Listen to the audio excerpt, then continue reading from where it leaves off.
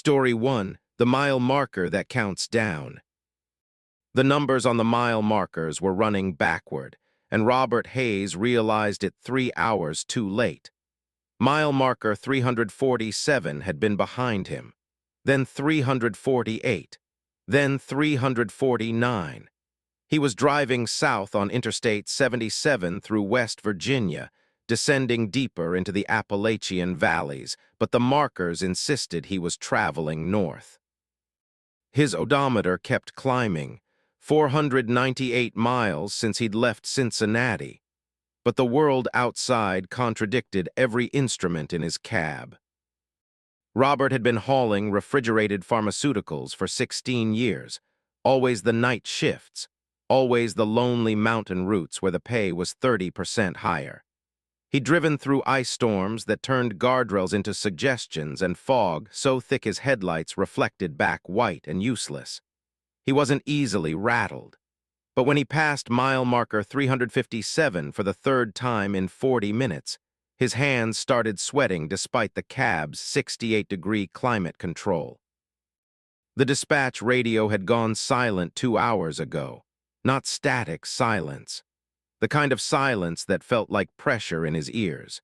His phone showed full bars, but every call dropped after one ring. His last text to his dispatcher, sent at 11:47 p.m., still showed as sending, even though his clock now read 2:33 a.m. He'd tried pulling over at mile marker 354, but when he'd reduced speed to exit, the exit ramp had simply ended 10 feet from the interstate, dropping into a darkness so complete his headlights couldn't find the bottom. So he kept driving. What else could he do?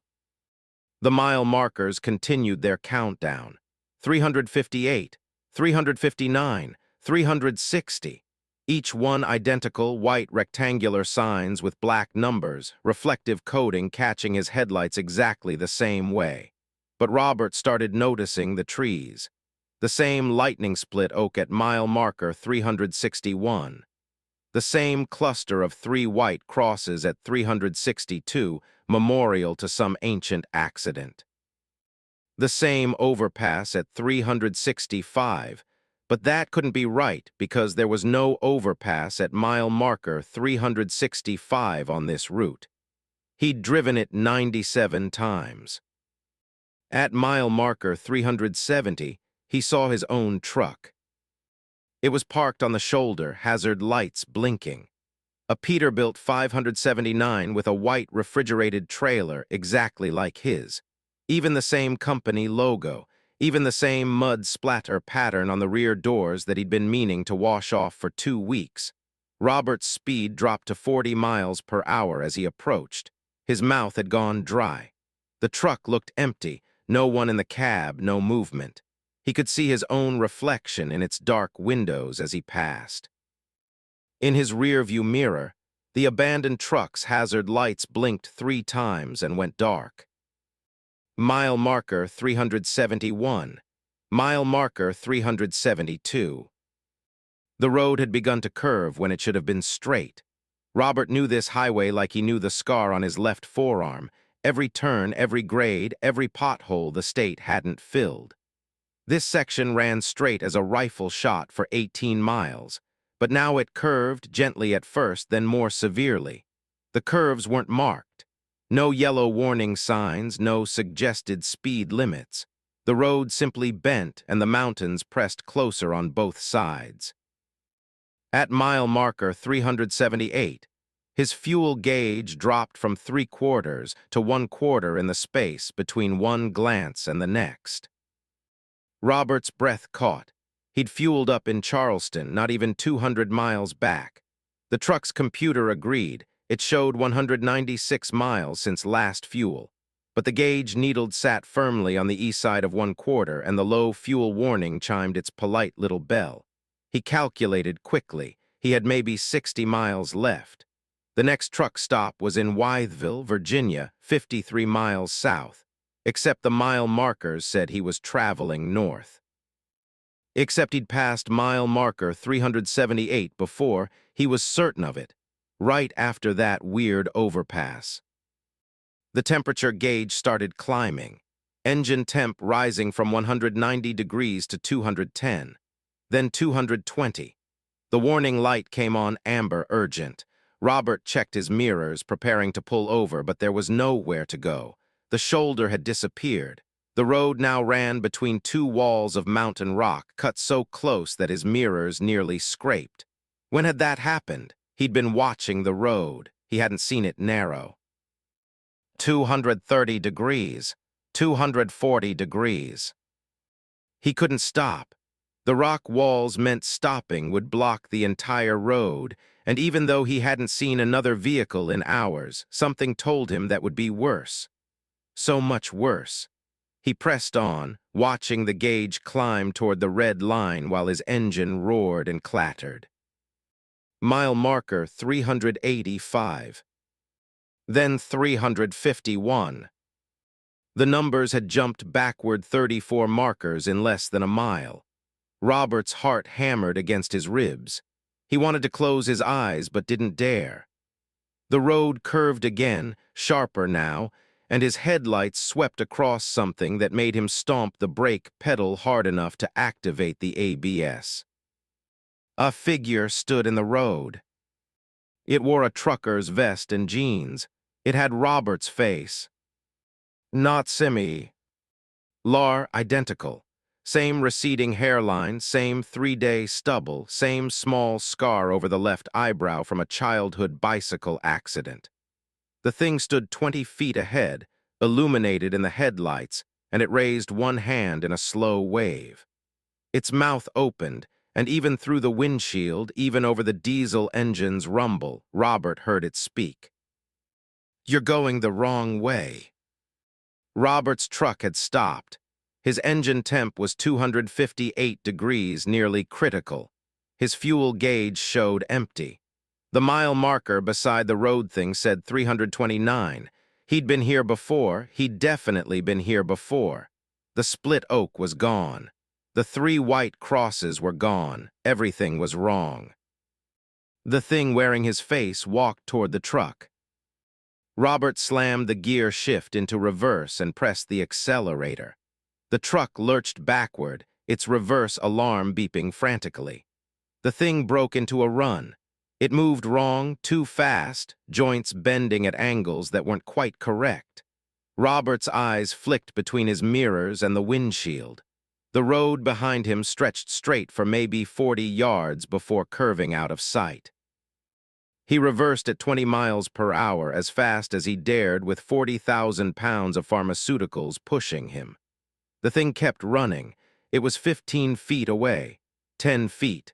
Its face had started to change, features sliding like melting wax. The mouth stretched too wide.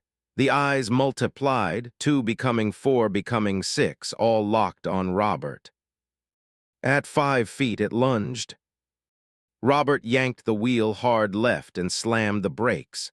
The truck jackknifed, trailer swinging around, and the thing hit the trailer's side with a sound like a sledgehammer on sheet metal. Robert didn't wait. He straightened out, shifted into first gear, and accelerated forward, back the way he'd come. The mile markers would count up now. They had to. He'd reverse his direction. He'd escape. Mile marker 330, 331, 332. The numbers climbed higher, wrong direction, but at least they were sequential. Robert's engine temperature had hit 270 degrees. His low coolant light was on. His fuel gauge showed empty, but the engine still ran, somehow impossibly. The rock walls had returned, boxing him in. His speed climbed to 60, then 70. He had to outrun it, had to outrun himself. The thought made him laugh, high and hysterical. At mile marker 347, his phone buzzed. Robert grabbed it. The screen showed a text message from his own number. "Stop AT 365. His hands shook so badly he nearly dropped the phone. He tried to reply, but his fingers wouldn't work. The phone buzzed again. Same number. "If you don't stop, it starts over." Mile marker 352. 353, 354. The exit he'd tried earlier rushed toward him on the right. In his rearview mirror, headlights appeared. A truck, identical to his, was catching up. It had to be going 90, 100 miles per hour. Impossible speed for a fully loaded semi. It closed the distance in seconds. Mile marker 360, 361. Robert's engine made a grinding noise and the temperature gauge hit 300 degrees. Steam poured from under the hood. The truck behind was 50 feet back, then 30, then 20. In its headlights, Robert could see multiple figures in the cab, all wearing his face, all watching him. Mile marker 364. His engine seized. The sudden loss of power threw him forward against his seat belt. The truck behind had to brake. Robert heard its tires scream, but it still crashed into his trailer with a sound like the world ending. The impact pushed Robert's truck forward, grinding metal, and for a moment everything was noise and motion and the smell of burning rubber. Then silence. Robert sat in his cab, seatbelt tight across his chest, breathing in ragged gasps. His truck had stopped at mile marker 365. Exactly at mile marker 365. Steam hissed from his engine. His gauges had all gone dead, no lights, no readings. The truck that had hit him was gone. The road was empty. Ahead in his headlights stood a rest area. It hadn't been there a moment ago. A simple parking lot, maybe 20 spaces, lit by yellowish lights. A small brick building marked restrooms. 3 other trucks were parked there, all different makes and models. All dark, all empty-looking. Robert's door opened on its own. The click of the latch was loud in the silence. The door swung wide and cold mountain air rushed in. It smelled like pine and something else, something like copper, like blood. From the rest area, a light in the restroom building turned on. Then another. Then all of them, flooding the parking lot with illumination. Robert saw them then. Dozens of trucks parked between the visible ones, overlapping, occupying the same space. Different models from different eras, some looked 50 years old, some brand new, all empty, all waiting. The parking spaces multiplied, stretching back into darkness that should have been mountain slope. His phone buzzed. The text read, "Welcome to 365. Robert's hands moved without his permission. He unbuckled his seatbelt. He stood up. His legs climbed down from the cab. He walked toward the rest area, and with each step he passed another version of himself. Some were transparent. Some were solid. All of them walked toward the restroom building, an infinite line of Robert Hayes stretching forward and backward, all arriving at mile marker 365, all checking in. The door to the restroom building opened before he reached it. Inside, he could see a desk that shouldn't exist in a rest area bathroom. Behind it sat something wearing a DOT inspector's uniform. It smiled with too many teeth. "Robert Hayes," it said, checking a clipboard. "Dispatch puts you on the route at 8:47 p.m., March 14th, 2023. You're right on schedule." It made a mark on the clipboard. "We've been expecting you. Welcome to the eternal route. You'll be departing from mile marker 365 at 8:47 p.m. tonight. You'll arrive at mile marker 365 at 2:33 a.m. Then you'll depart again at 8:47 p.m. You're a very punctual driver." Robert tried to speak, but no sound came out. Behind him, his truck's engine started on its own. The temperature gauge reset to normal. The fuel gauge filled back up. The mile marker beside the rest area changed from 365 to 364. "Time to get back on the road," the thing said. "You've got a schedule to keep, forever." Robert Hayes returned to his truck. He fastened his seat belt. He put the truck in gear. He pulled out of the rest area that had never existed and back onto Interstate 77 heading south. The mile markers began their countdown. 363, 362, 361. His phone showed a text from dispatch, time-stamped 8:47 p.m., Route 77 South, delivery by 6 a.m. Don't be late. In his rearview mirror, mile marker 365 grew smaller. But in the distance ahead, growing closer with each passing second, he could already see it waiting. Mile marker 365, where he would arrive at 2:33 a.m. just like always, where he had arrived 1,000 times before, where he would arrive 1,000 times more. The mile markers counted down, and Robert Hayes drove on, trapped in the only route that never ends. Story 2. The Woman Who Walks Between LA and ES. Patricia Sullivan saw the woman appear directly in front of her truck at 73 miles per hour. And when the impact never came, she knew something had broken in the world. The woman stood in the center lane of Interstate 64, facing Patricia's oncoming Freightliner, wearing a blue dress that looked like it belonged in a 1950s photograph. Patricia's hands jerked the wheel right, her entire body clenching for the sickening thud that would haunt her forever. But the truck passed through the woman like she was smoke.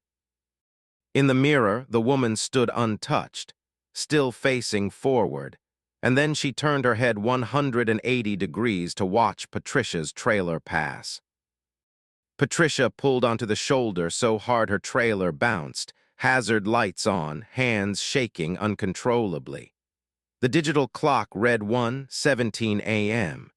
She was hauling auto parts from Louisville to Charleston, a route she'd driven monthly for 8 years. The road was empty, had been empty for the last hour. Just her, the mountains, and the broken yellow line disappearing under her wheels. She grabbed her phone and dialed 911. The call connected. The operator answered. But when Patricia tried to speak, she realized the sound coming from her phone was her own voice, reporting a woman on the highway, using the exact words she was about to say. The operator responded to things Patricia hadn't said yet. The conversation played out 3 seconds ahead of her, like someone had recorded it and was playing it back.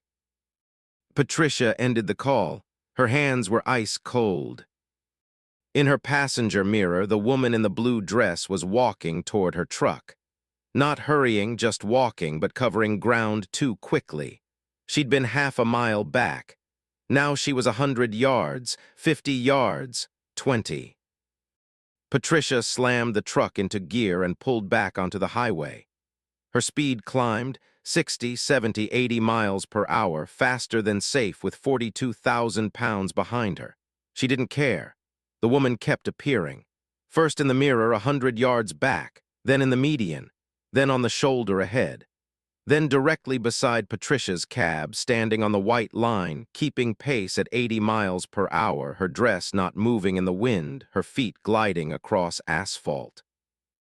The woman's face was wrong. Patricia tried not to look but couldn't help it. The features were slightly offset, like a photograph that had been cut apart and reassembled with the pieces in almost the right places.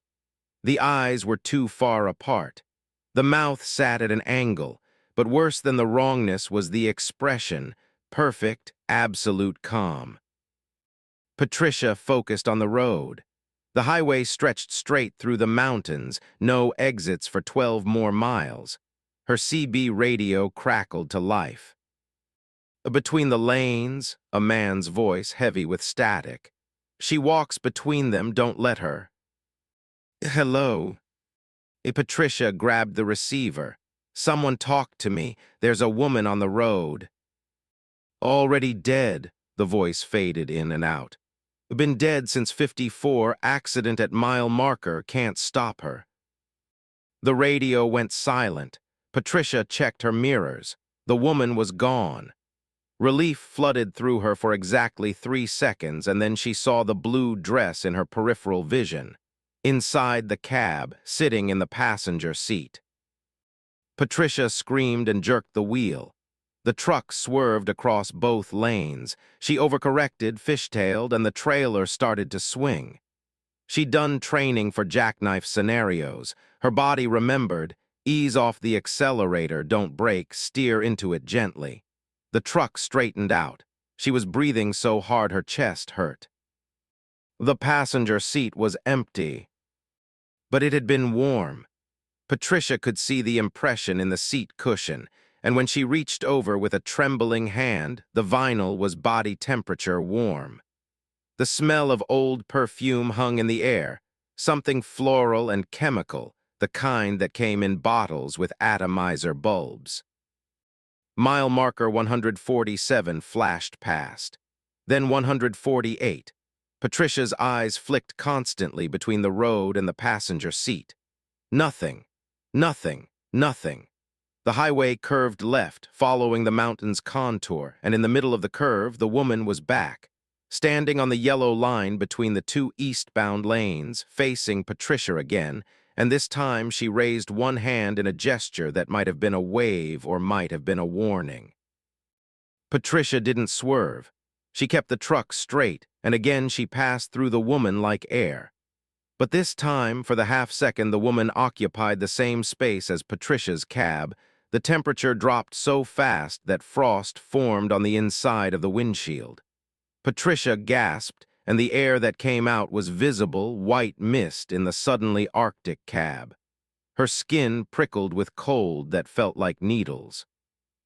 Then the woman was behind her and the temperature returned to normal. But now Patricia could see her breath.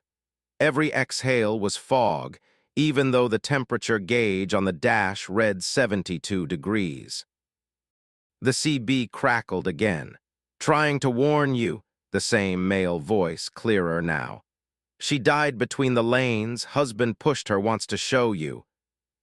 "Show me what?" Patricia shouted at the radio. "What does she want?" "Or where you died." The radio went dead, not silent, dead. The power light went out. Patricia tried the CB controls, but nothing responded. Then her phone's screen went dark. Then the GPS. Then every electronic display in the cab except the essentials, speedometer, fuel, engine temp. Everything digital just stopped. The road began to feel wrong. Patricia couldn't explain it. The asphalt looked the same, the yellow and white lines were regulation standard, but the perspective was off. The lines seemed to converge too quickly, making the road look narrower than it was. The mountains on either side pressed closer. She checked her mirrors and her trailer was still tracking normally, but when she looked forward, the road looked barely wide enough for her truck. Mile marker 156, 157, 158. At mile marker 159, all 4 lanes of traffic appeared at once. Cars materialized around Patricia's truck. A dozen vehicles, all driving normally except they were wrong. A Ford pickup from the 1970s. A Chevrolet sedan with tail fins. A Volkswagen Beetle with the old-style split rear window. All of them driving alongside her, drivers in period clothing, none of them acknowledging the massive semi in their midst. And in the center lane, standing between 2 cars that passed through her like she was nothing, was the woman in the blue dress. Patricia's truck moved forward and she braced for impact with the vintage cars, but her Freightliner passed through them all. No collision, no sound.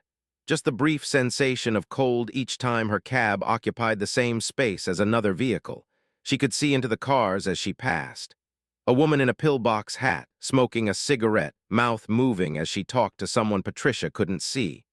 A man in a suit, both hands on a steering wheel, eyes fixed ahead with the 1,000-yard stare of a long drive. They were all ghosts, a highway full of ghosts. The woman in the blue dress turned and walked toward Patricia's truck. She stepped between the other vehicles, moving perpendicular to traffic, and every ghost car she passed through flickered and faded. By the time she reached Patricia's door, the entire phantom traffic had disappeared.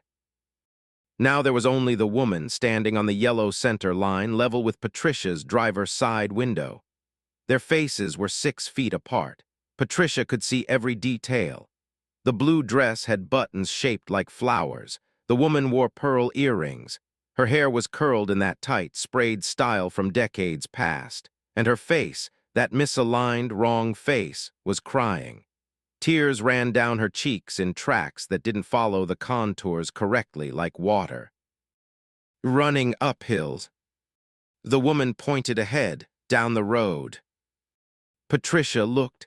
At first she saw only highway, curves, and straight sections, mile markers flashing past at 70 miles per hour. Then she saw the lights. Brake lights, dozens of them, a chain of red stretching around the curve ahead. An accident, a major pileup blocking all lanes. Patricia's foot hit the brake pedal. The truck began its long, physics-defying process of stopping 42,000 pounds of moving mass. Her ABS kicked in, pulsing the brakes. She was doing 70, now 65, now 60. The accident was getting closer. She could see twisted metal, a jackknifed semi, cars crushed and overlapping, emergency lights flashing. 55 miles per hour. 50. The accident was 300 yards ahead, 200. Patricia downshifted, engine brake roaring. She wasn't going to stop in time. Basic math and physics said so. She was going to pile into the wreckage at 40 miles per hour and add her own truck to the carnage. The woman in the blue dress appeared in the passenger seat. Solid, real. She reached across and grabbed the steering wheel. Patricia tried to fight her, but the woman's grip was immovable, like the wheel had been welded in place. The woman pulled the wheel hard right. Patricia's truck veered onto the shoulder, gravel spraying, and for a terrible moment Patricia felt the right side wheels lift off the ground. The truck was going to roll. 42,000 pounds of metal and cargo would flip and tumble, and she would die crushed in her own cab. But the woman held the wheel steady. The truck bounced, slammed back down on all 18 wheels, and skidded to a stop in a cloud of dust and smoke. Patricia sat gasping, seatbelt crushing her chest, ears ringing. The woman released the wheel and turned to face her. Up close, Patricia could see that the misalignment of her features was from scarring. Old scars, badly healed, like her face had been shattered and put back together wrong. "He pushed me," the woman said. Her voice sounded like it came from a phone speaker in another room. "July 4th, 1954, we were arguing. He pushed me out of the car, between lanes. 18-wheeler couldn't stop." Patricia couldn't speak. The woman continued. "I show them," she said. "The ones I can save. I show them what I see, the accidents before they happen, the space between lanes where death lives." Her misaligned eyes locked onto Patricia's. "You were going to die in 147 feet. I've saved you. Now you have to help me save others." "What?" Patricia's voice cracked. "What are you talking about?" "You can see me now," the woman said. "That means you're ready. You'll drive these roads. You'll see the accidents before they happen, and you'll warn people, like I warn you." "No," Patricia said. "No, I didn't ask for this." "Neither did I," the woman smiled, and with her features misaligned, it looked like a grimace of pain. "But we do what we must. Drive forward, Patricia. Look at what I saved you from." The woman vanished. The passenger seat was empty again, but still warm. Patricia unbuckled her seatbelt with shaking hands and climbed out of the cab. She walked forward on unsteady legs to where the accident should have been. The road was empty. No wreckage, no emergency vehicles, no cars at all. Just empty highway stretching ahead under the yellow lights of the interstate. The asphalt wasn't even scorched. There were no skid marks except her own. Patricia stood on the white line, right where the woman had pointed, and looked down. She could see the faint outline in the asphalt where someone had used spray paint long ago to mark body locations. The paint was decades old, mostly weathered away, but in the right light, in the yellow glow of the sodium lamps, she could just make it out. A human shape, small like a woman. Mile marker 159. Patricia's phone buzzed in her pocket. She pulled it out. The screen had turned back on. She had 17 missed calls from dispatch, and one new text from an unknown number, timestamped July 4th, 1954. "Thank you for stopping. Tell my daughter I'm sorry. Tell her it wasn't her fault." Patricia returned to her truck. She sat in the driver's seat. Her hands were still shaking. She put the truck in gear and pulled back onto the highway. She had a delivery to make. The road stretched ahead, and in the distance she could see other trucks, other cars, all driving through the dark Appalachian night. 3 miles later, at mile marker 162, Patricia saw it. A SUV in the left lane, swerving slightly, driver probably drowsy or drunk. And ahead of the SUV, barely visible, a shredded tire in the center lane. The SUV would hit it, would overcorrect, would roll. Patricia saw it happen before it happened, the same way the woman had shown her. She grabbed her CB radio. It crackled to life, working again.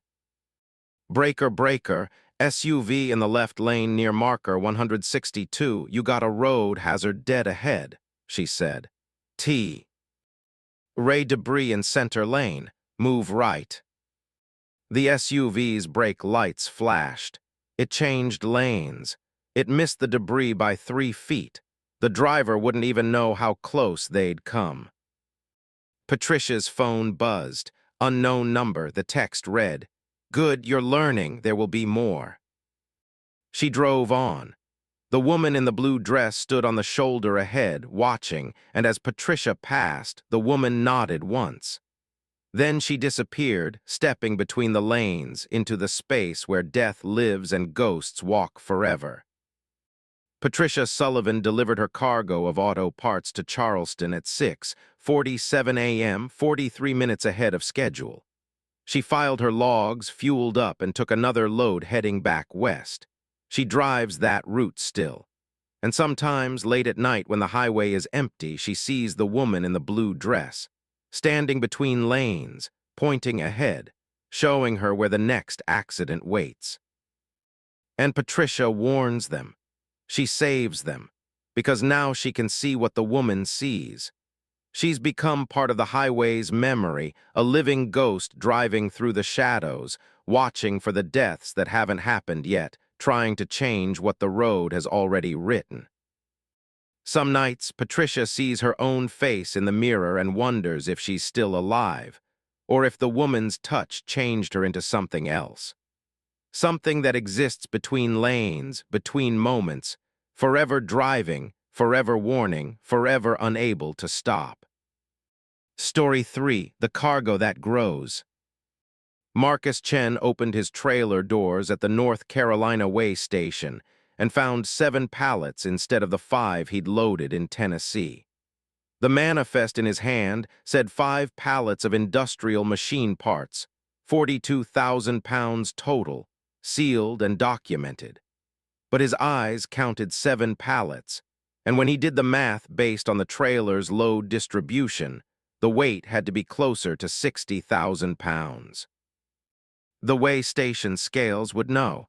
They always knew. Marcus closed the trailer doors slowly, his mind racing. He'd done his pre-trip inspection 6 hours ago in Knoxville. 5 pallets properly secured with load straps, weight distributed correctly. He'd checked. He always checked. 17 years as an owner-operator meant checking everything twice because his name was on the truck and mistakes cost money he didn't have. He walked to the Way station office, dispatch papers in hand, trying to look calm. The attendant was a heavy-set woman in her 50s who'd probably worked this station for decades. She barely looked up. "Pull around truck 247, she said. "You're overweight. 61,400 pounds. Your manifest says 42. "That's impossible," Marcus said. "I loaded it myself, 5 pallets checked and secured." She looked at him then, really looked, and something in her expression made his stomach drop. "You hauling from Dennison Industries?" "Yeah, machine parts." "Uh-huh." She pulled out a different form, this one stamped with red ink. "You need to go around back, Bay 3. Inspector wants to see your cargo." "Look, there must be some mistake." "Bay 3, now." Marcus returned to his truck, hands trembling slightly. Overweight meant fines.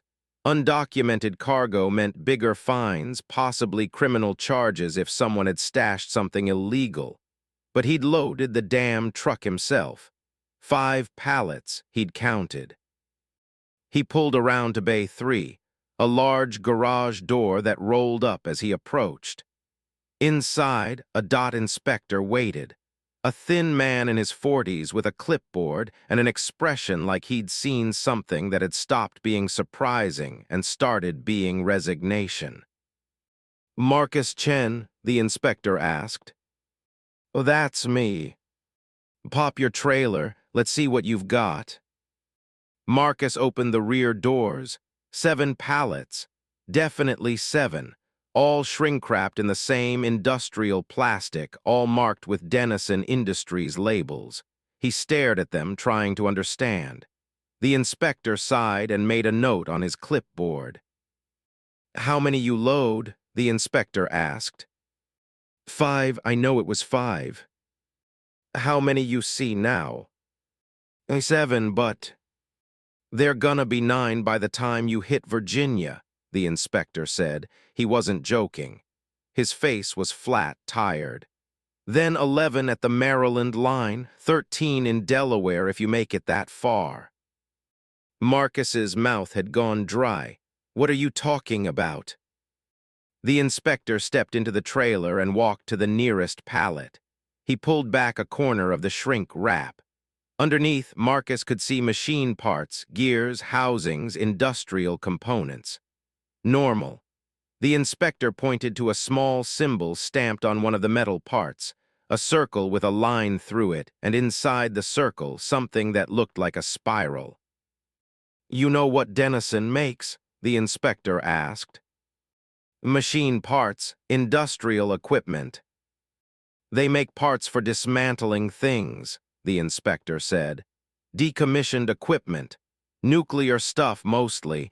They take apart reactors, break down the components, render it S. I've been doing it since the 60s. He let the shrink wrap fall back. "Most of it's clean, but sometimes things come through that aren't supposed to. Things that got exposed to stuff that changes how they work, changes how they exist." "That's insane," Marcus said.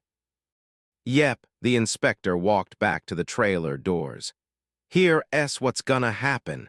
You're gonna deliver this load to the address on your manifest. Baltimore. You're gonna drive straight there, no stops except fuel. You're gonna keep the trailer locked, and you are not, under any circumstances, gonna open these doors again until you reach the delivery point." "I can't haul overweight cargo. The scales." "We'll let you pass. We flag your truck in the system. You get a hazmat exemption, even though that's not quite what this is." The inspector handed Marcus a laminated card. "Show this at any scale or checkpoint. It'll get you through." Marcus took the card. It was warm to the touch, which made no sense. The lamination had a serial number, 00000000, like it didn't really exist in any database. "What happens if I refuse?" Marcus asked. "If I just leave this here?" The inspector's expression didn't change. "We tried that, twice. First guy we unloaded his cargo, put it in a storage container. Pallets kept multiplying. Filled the container in 6 hours, burst through the doors, spilled across the yard. Second guy, we sent him home empty. Load showed up in his trailer anyway, 14 pallets of it. He never made it to the delivery point." "What happened to him?" "You don't want to know. Just drive, Mr. Chen. Drive fast. The longer it takes, the worse it gets."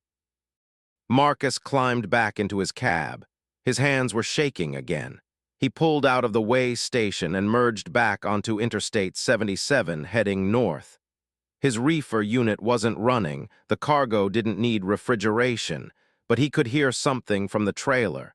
A faint sound, almost like humming, but at a frequency that made his teeth ache. Every hour he checked his weight at the onboard scale display. The numbers climbed. 63,000 pounds, 66,000, 70,000. His suspension groaned, his fuel consumption increased. The truck struggled on hills that should have been easy. At the Virginia line, he stopped at a rest area despite the inspector's warning. He had to see, had to know. 9 pallets. They were arranged differently now, creating a pattern. If Marcus stood at the trailer's front wall and looked back, the pallets formed a shape. The spiral symbol. Boxes and parts and shrink-wrapped cargo, all positioned to create that same circular design with the line through it. Marcus took a photograph with his phone. When he looked at the screen, the image was distorted. The pallets seemed to move in the photo, shifting position even though they were standing still. He deleted the photo. His hands were ice cold despite the June heat. At mile marker 24, his phone rang. Unknown number. Hello. How many pallets you got, driver? A woman's voice, elderly, with an Appalachian accent. Who is this? Answer the question. Marcus looked at his trailer in the mirror. I don't know, 9 last I checked. You checked wrong, look again. Marcus didn't want to look again, but his eyes moved to the mirror anyway, and in the gap where the trailer doors met, he could see something. Movement. The pallets were shifting, rearranging themselves. The shrink wrap was splitting and reforming, and there were more, definitely more. What is this? Marcus asked. What am I hauling? Pieces of something that shouldn't exist. They've been trying to dismantle it for 40 years. But you can't take apart something that's still trying to build itself. The more you break it down, the more pieces there are, and the pieces remember what they used to be. That's impossible. You got 12 pallets now, the woman said. You'll have 15 by midnight. By morning they'll fill the trailer. And you know what happens when they run out of room? She paused. They start filling the cab. The call ended. Marcus pulled over, hazard lights on, breathing hard. His CB radio crackled. Don't stop, don't stop, don't stop. Dozens of voices overlapping, all saying the same thing. Keep moving, keep moving, keep. Marcus grabbed the CB. Who is this? How do you know about my cargo? The voices stopped. One remained. Because we're hauling it too, all of us, different trucks, different drivers, but the same cargo. Dennison sends it out. 5 pallets, 7, 3, doesn't matter. By the time you deliver, it'll be too much. It's always too much. Then what do I do? Marcus shouted. Drive fast as you can, get it to Baltimore. They got a place there that can contain it, sometimes if you're quick enough. The voice faded in static. We're all trying every night, same cargo, different trucks. Most of us don't make it, good luck. Marcus pulled back onto the highway. His speedometer climbed to 75.8. Why speed limits didn't matter anymore. The card the inspector gave him got him through way stations without stopping. He watched the mile markers blur past and tried not to think about what was happening in his trailer. At midnight, stopped at a red light in a small West Virginia town, he heard it clearly. The sound from the trailer. Not humming anymore, something else. Like metal scraping metal, like gears turning, like something building itself. The light turned green. Marcus accelerated. In his mirror, the trailer doors were bulging outward, just slightly, but definitely outward. The pressure from inside was enormous. His phone rang again. Different number. He answered on speaker, needing both hands for the wheel. Marcus Chen, A man's voice, official sounding. Yeah. This is Baltimore containment. We're tracking your load, Ada. Marcus checked his GPS. 3 hours if I push it. Push it harder, you're at 15 pallets. Your trailer's rated for 12 max. At 17 pallets, the doors fail. At 20, the trailer splits. You have 2.5 hours before you hit 17. I'm already doing 80 in a 70 zone. Then do 90. We'll clear the route. State police are notified. Just drive. Marcus pressed the accelerator. 90 miles per hour. 95. His truck shook, engine roaring. The trailer swayed dangerously.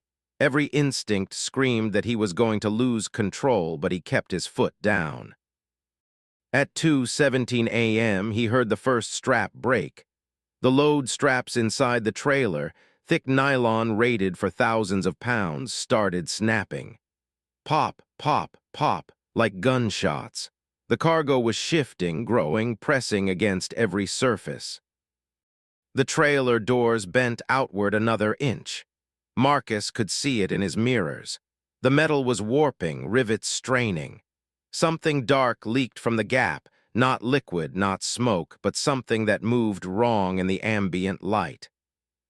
At 2:45 a.m., the first pallet appeared in his cab. It materialized in the sleeper berth behind the driver's seat. One moment the space was empty. The next, a shrink-wrapped pallet of machine parts occupied it, impossible, defying every law of physics and space. The parts hummed. That toothacheing frequency, but louder now. Marcus could feel it in his bones. He screamed and nearly lost control of the truck. Corrected, kept driving. Baltimore, he had to make Baltimore. The GPS said 43 minutes. His trailer doors were split open 6 inches now. The cargo poured out in slow motion, parts and pieces, all arranged in that spiral pattern, floating in the air behind his truck like a metal contrail. The highway behind him was littered with gears and housings, all marked with that circular symbol. Cars swerved. One sedan spun out trying to avoid a falling pallet. Marcus kept driving. At 3:12 a.m., he took the exit for Baltimore containment. The GPS led him to an industrial area near the harbor, to a warehouse with no windows and doors big enough to swallow a building. Those doors stood open. Floodlights illuminated a ramp leading down, into the ground. Marcus aimed his truck at the ramp. His trailer was splitting fully now, pieces falling away, cargo spilling. He counted 23 pallets visible in his mirrors. 24, 25. They multiplied faster now, geometry breaking down, each pallet occupying the same space as another, overlapping, phasing through each other. He drove down the ramp, into the warehouse. The doors slammed shut behind him. Men in hazmat suits swarmed his truck. They opened his trailer, what remained of it, and began hauling cargo. But for every pallet they removed, 2 more appeared. They worked faster. Forklifts, cranes, robotic arms, hauling the pallets into a pit at the center of the warehouse. A hole in the floor that went down farther than Marcus's headlights could reach. A man in a suit approached his cab. No hazmat gear, just a suit. "Mr. Chen, you made it. Congratulations. You're the first driver to complete a Denison run in 4 months." Marcus couldn't speak. He watched the crew work, watched the impossible cargo multiply and disappear into the pit. "What is this?" he finally managed. "Something that got broken into pieces but doesn't understand it's broken. So it tries to put itself back together. We keep hauling the pieces away, dumping them deep enough that maybe it can't reach. But it keeps trying." The suited man handed Marcus an envelope. "Your payment, triple the contracted rate plus a bonus." "I'm not hauling for Denison again," Marcus said. You say that now, but drivers who complete a run, they tend to come back, something about the exposure. You'll start seeing the symbol in other places, other cargoes. You'll know which loads need moving, and you'll move them because you're one of the few who can. The man smiled. It didn't reach his eyes. Welcome to the real industry, Mr. Chen, the one that hauls things that don't quite exist. Marcus drove his empty trailer, what was left, of it out of the warehouse at dawn. The envelope contained $47,000 in cashier's checks, more money than he'd make in 3 months of normal hauling. That night at a truck stop in Delaware, he saw it. A driver loading pallets marked with Denison Industries. 5 pallets. The driver looked exhausted, haunted, and on each pallet, stamped clear and bright, was the circular symbol. Marcus wanted to warn him, wanted to tell him to refuse the load, but instead he just watched the driver secure his cargo and pull away into the dark. Because the suited man was right. Marcus could see it now. See which loads needed hauling. See which cargo existed in too many places at once. 2 weeks later, Marcus accepted another Denison run. 5 pallets. He loaded them himself. By the time he hit the weigh station, there were 8. He drives them still, every month. Different cargo, same symbol. The pallets multiply. The warehouse takes them. And Marcus Chen has become part of the machinery hauling things that shouldn't exist to places that can't contain them over and over because someone has to. Because the pieces keep remembering what they used to be. Because the spiral never ends, it just changes drivers. Asterisk Story 4. The rest stop with no exit.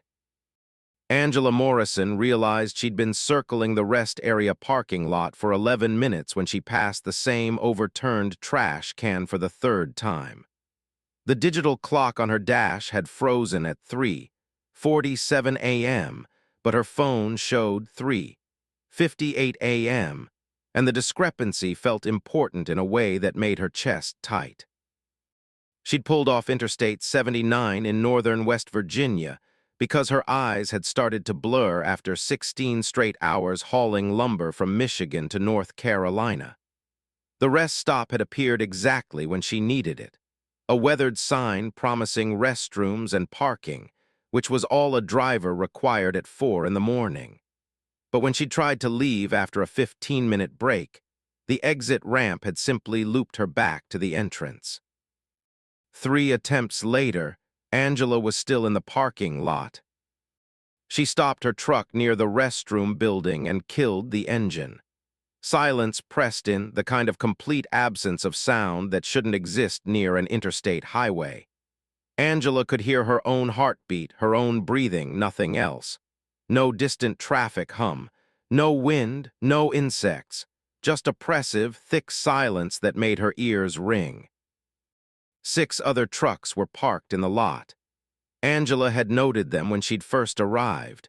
A Kenworth hauling a refrigerated trailer, a Peterbilt with a flatbed loaded with steel beams, a Mack tanker, 2 Freightliners with dry vans, and an old International that looked like it hadn't been manufactured since the 80s. All of them dark, all of them seemingly empty. Angela grabbed her flashlight and climbed down from her cab. The pavement under her feet felt wrong, too soft, like it was absorbing the sound of her footsteps. She walked toward the nearest truck, the Kenworth. Its windows were dark, but when she shined her light inside, she could see the keys still in the ignition. A thermos sat in the cup holder. A logbook lay open on the passenger seat, last entry dated 3 days ago. Arrived rest stop 79 North, 3:47 a.m. Angela's blood went cold. She checked her phone, 4:03 a.m. She looked back at her own dash clock through her windshield, still frozen at 3:47 a.m. She moved to the next truck. Same thing, keys in the ignition, personal items scattered around the cab, logbooks with entries ending at this rest stop, all different dates, all noting arrival at 3:47 a.m. One logbook was dated 1997. The pages had yellowed with age, but the ink looked fresh. Angela ran to the restroom building. The door stood ajar. Inside, fluorescent lights buzzed overhead, flickering in an irregular pattern that suggested failing ballasts. The women's room was empty. 3 stalls, all doors hanging open. One sink dripped with metronomic precision. The mirror above the sinks was fogged, and someone had written in the condensation, "Exit is a lie." Angela backed out of the restroom. Her breath came faster now, shallow and quick. She pulled out her phone to call 911, but there was no signal. Not just no bars. The signal indicator was gone entirely, replaced by text that read, "No time available." A sound broke the silence, a diesel engine starting. Angela spun around. The old International's lights had come on. Its engine coughed to life, rough and uneven. The truck sat there idling for 30 seconds, and then it began to move, slowly. Rolling forward without a driver visible in the cab, it drove straight for the exit ramp. Angela watched, hope surging in her chest. Maybe it would make it. Maybe she could follow it out. The International reached the exit ramp and began climbing toward the highway. Angela could see its taillights rising up the incline, almost there. Almost. The lights blinked out, the engine's sound cut off, and When Angela blinked, the International was back in its original parking space. Engine off, dark and silent like it had never moved. "No," Angela whispered. "No, no, no." She ran to her own truck, climbed in, fired up the engine. She would ram through if necessary. Crash through whatever barrier existed. She put the truck in gear and accelerated toward the exit ramp, building speed, 40 miles per hour in a parking lot, which was insane, but she didn't care. The exit ramp approached. She hit it doing 45, engine roaring. The incline rose ahead of her, highway visible at the top. She could see the white lines of the road, almost there. Her front wheels crested the top of the ramp, and she was entering the rest stop parking lot. The entrance ramp had become the exit ramp had become the entrance again. Angela slammed the brakes, and her truck stopped in the exact same parking space she'd started from. Her phone now read 4:11 a.m. Her dash clock, 3:47 a.m. Angela put her head on the steering wheel and tried to breathe. This was impossible. Physics didn't work this way. Space didn't loop. Time didn't freeze. But the evidence surrounded her, 6 other trucks whose drivers had tried to leave and failed, and now she was the 7th. Movement in her peripheral vision made her look up. The restroom building's door was opening, slowly. No one pushing it, it just opened on its own, and from inside came a voice. "Angela Morrison," it was her own voice. "Come inside, Angela, we need to talk." Every instinct screamed at her to stay in the truck, lock the doors, hide. But what good would hiding do? She was trapped. The rest stop wouldn't let her leave, and something inside that building knew her name.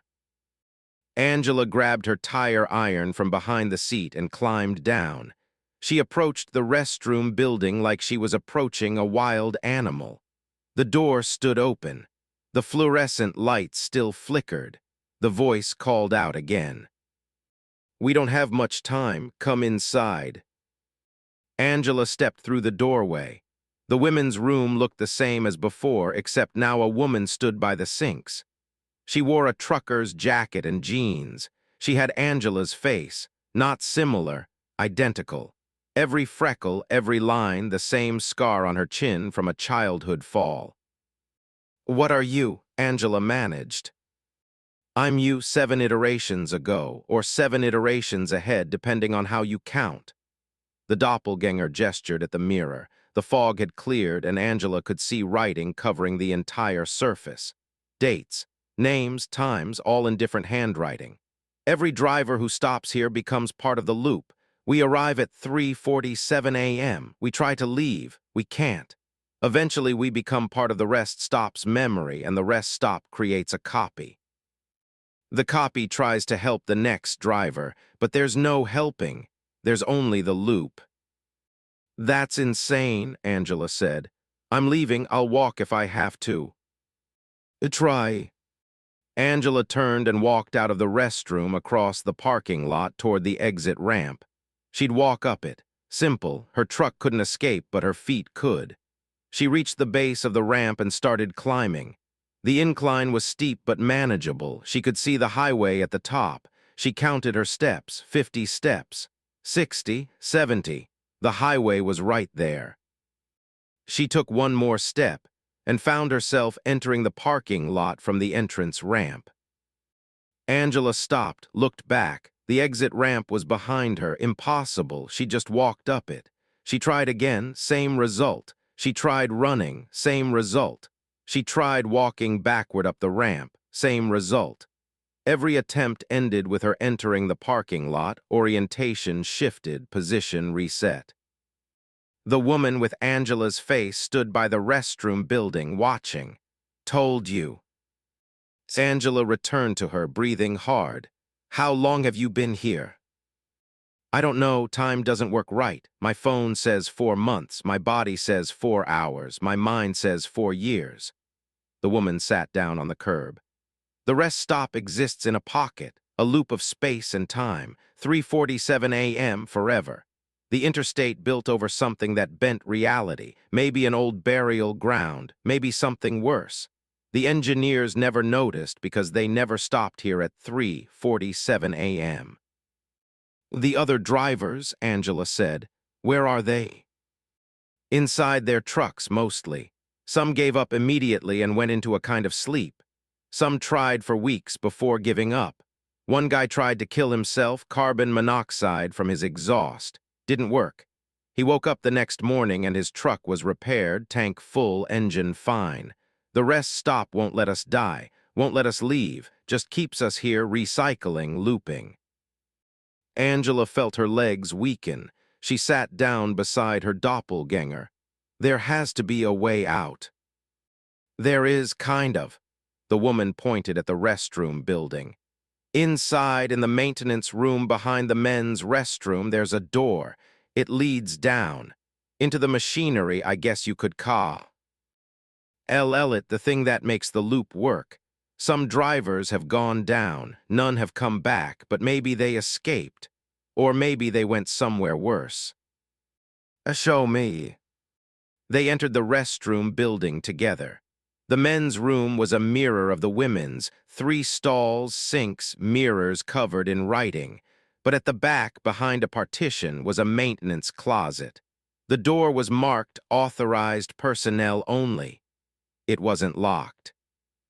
Inside, cleaning supplies and a mop bucket. And at the back of the closet, another door. This one was metal, heavy, with no handle, just a smooth surface. But when Angela put her hand on it, the door swung inward, revealing a staircase descending into darkness. Cold air rushed up from below. It smelled like ozone and copper and something organic that had been dead for a very long time. The stairs were metal grating, industrial, leading down into a space that her flashlight couldn't illuminate. The beam just disappeared into the dark. You don't have to go, the doppelganger said. You can stay in your truck. Wait, maybe eventually the loop breaks. Maybe someone finds us. How long have people been waiting? Angela asked. The oldest logbook I found was dated 1984. Angela stepped onto the first stair. It clanged under her boot. The sound echoed down and down, taking too long to fade. If I make it out, I'll send help. Others have said that too. The doppelganger's face, Angela's face, showed something that might have been hope or might have been pity. Good luck. Angela descended.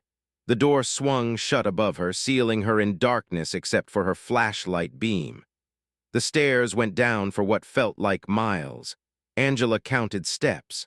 100, 200, 500. The air grew colder, her breath fogged, the smell intensified, copper and rot and that electrical ozone scent. At step 747, the stairs ended.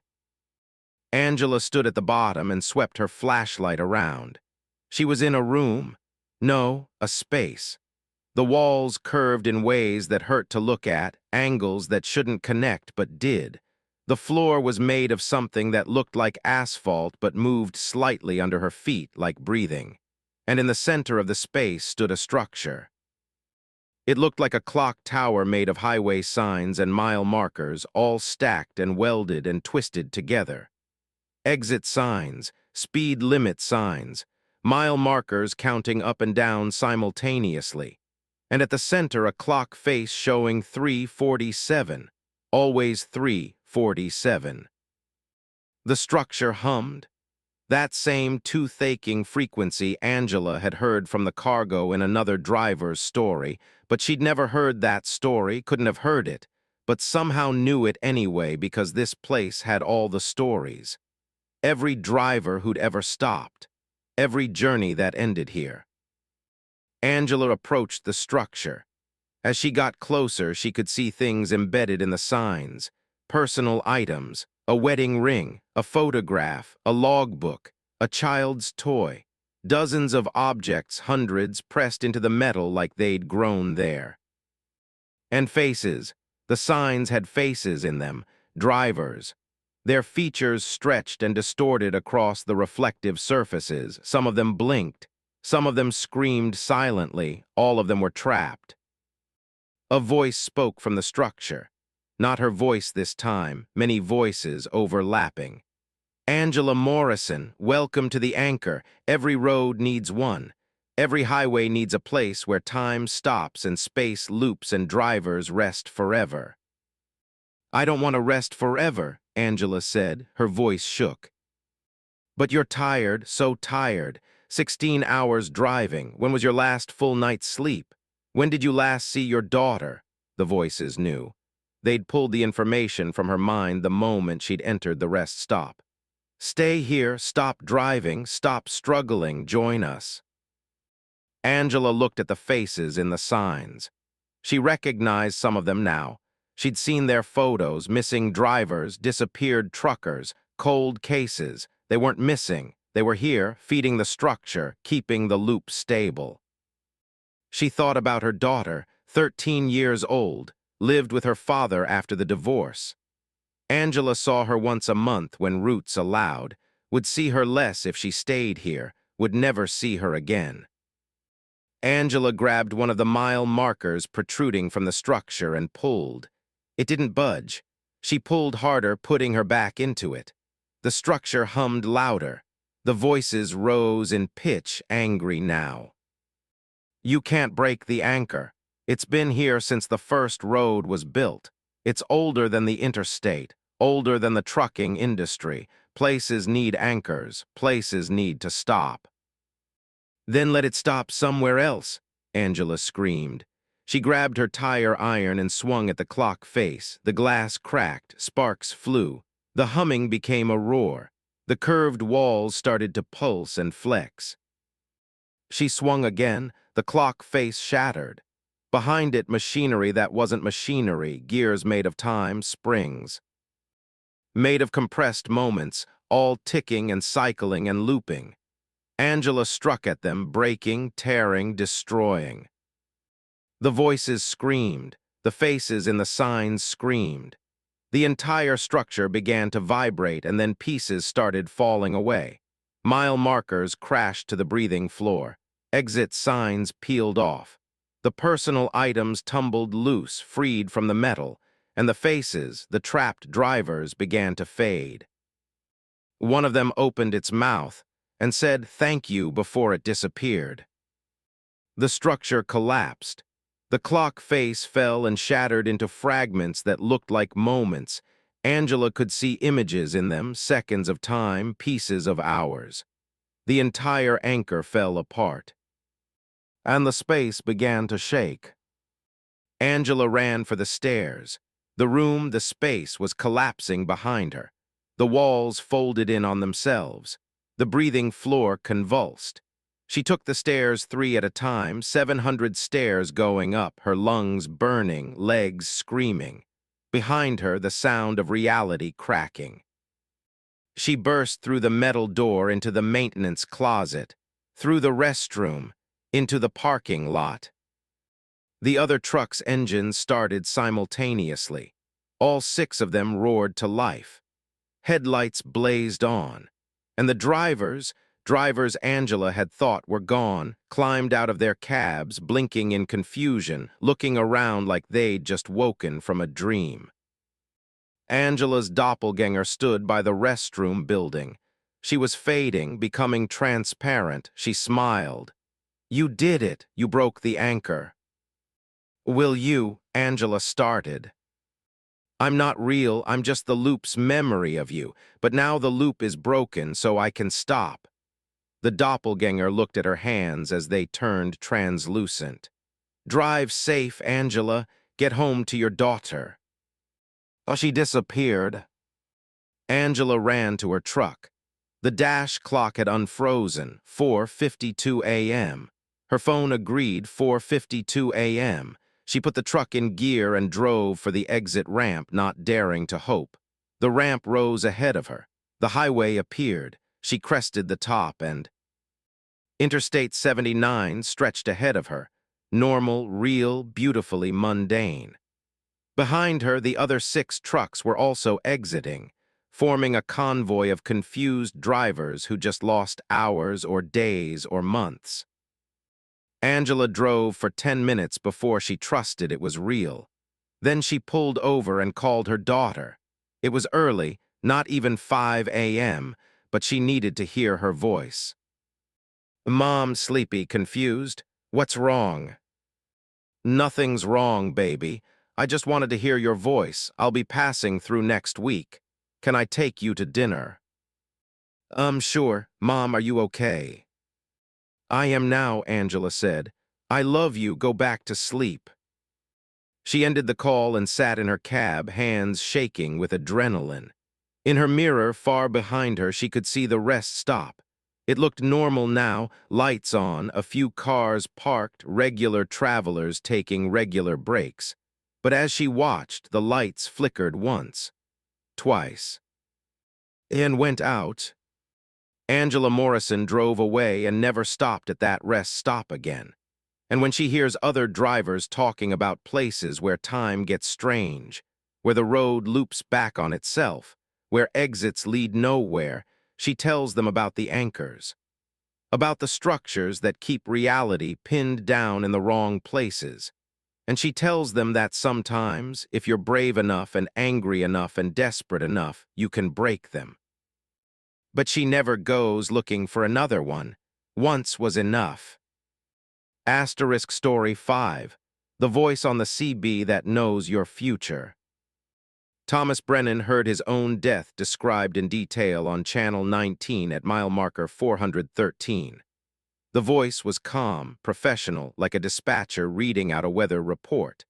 "Thomas Brennan, southbound on I-81 in a blue Volvo VNL, will lose control at mile marker 387 in 17 minutes.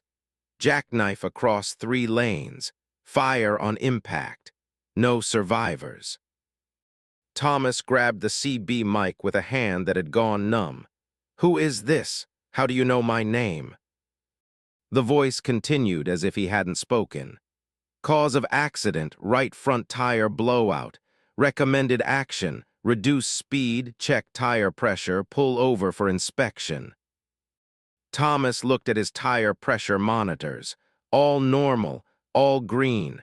But his heart was hammering because the voice had known his name, his truck model, his exact location. He reduced speed anyway from 70 to 60. His hands were slick with sweat on the wheel. The CB crackled again. "Thomas Brennan acknowledges warning. Adjusting timeline. New prediction. Thomas Brennan will experience blowout at mile marker 392, 8 minutes from now. Without speed reduction, result would be the same. With current speed reduction, probability of fatal accident reduced to 73%. "What the hell is this?" Thomas shouted at the CB. "Who are you?" "This is Exit Point Radio, broadcasting on all channels to all drivers approaching their exit points. We provide advanced warning when possible. We document when not." Thomas's blood went cold. "Exit points. A locatio. NS where drivers exit the living timeline. We monitor probabilities, calculate outcomes, broadcast warnings. Some drivers heed them, some don't. All eventually reach an exit point. Yours is approaching." Mile marker 418. Thomas's eyes flicked to his tires visible in the mirror. They looked fine, but the voice had been so specific, so certain. He slowed to 55 miles per hour. Other vehicles passed him, cars, trucks, all of them oblivious. The CB spoke again. "Vehicle in left lane, silver Honda Accord, license plate JKT 4429, will experience brake failure at mile marker 416 in 90 seconds. Impact with Thomas Brennan unavoidable if current speeds maintained. Recommended action. Move to right lane, reduce speed to 45. Thomas looked left. A silver Honda Accord paced him in the left lane. Soccer mom at the wheel, kids in the back. They looked normal, happy, alive. Thomas moved right and slowed to 45. The Honda pulled ahead. Thomas counted in his head, 90 seconds, 80, 70. At mile marker 416, the Honda's brake lights came on and stayed on. The car didn't slow. Thomas could see the driver's face in the mirror, confusion, then panic. She was pumping the brakes. Nothing. The car began to swerve. Then a semi in the right lane ahead, not Thomas, a different truck, pulled onto the shoulder to avoid debris on the road. The Honda swerved left to avoid it, overcorrected, hit the median barrier, and spun across the highway. It flipped twice and came to rest on its roof in the grass median. But the kids were crying, which meant they were alive. The mother was moving. Thomas pulled over and called 911. Other drivers stopped. The ambulance arrived 6 minutes later. The family survived. Injuries, but not fatal. The CB crackled. Timeline adjusted. Honda Accord exit point delayed by 17 years. Thomas Brennan instrumental in timeline modification. Reward, extended exit point.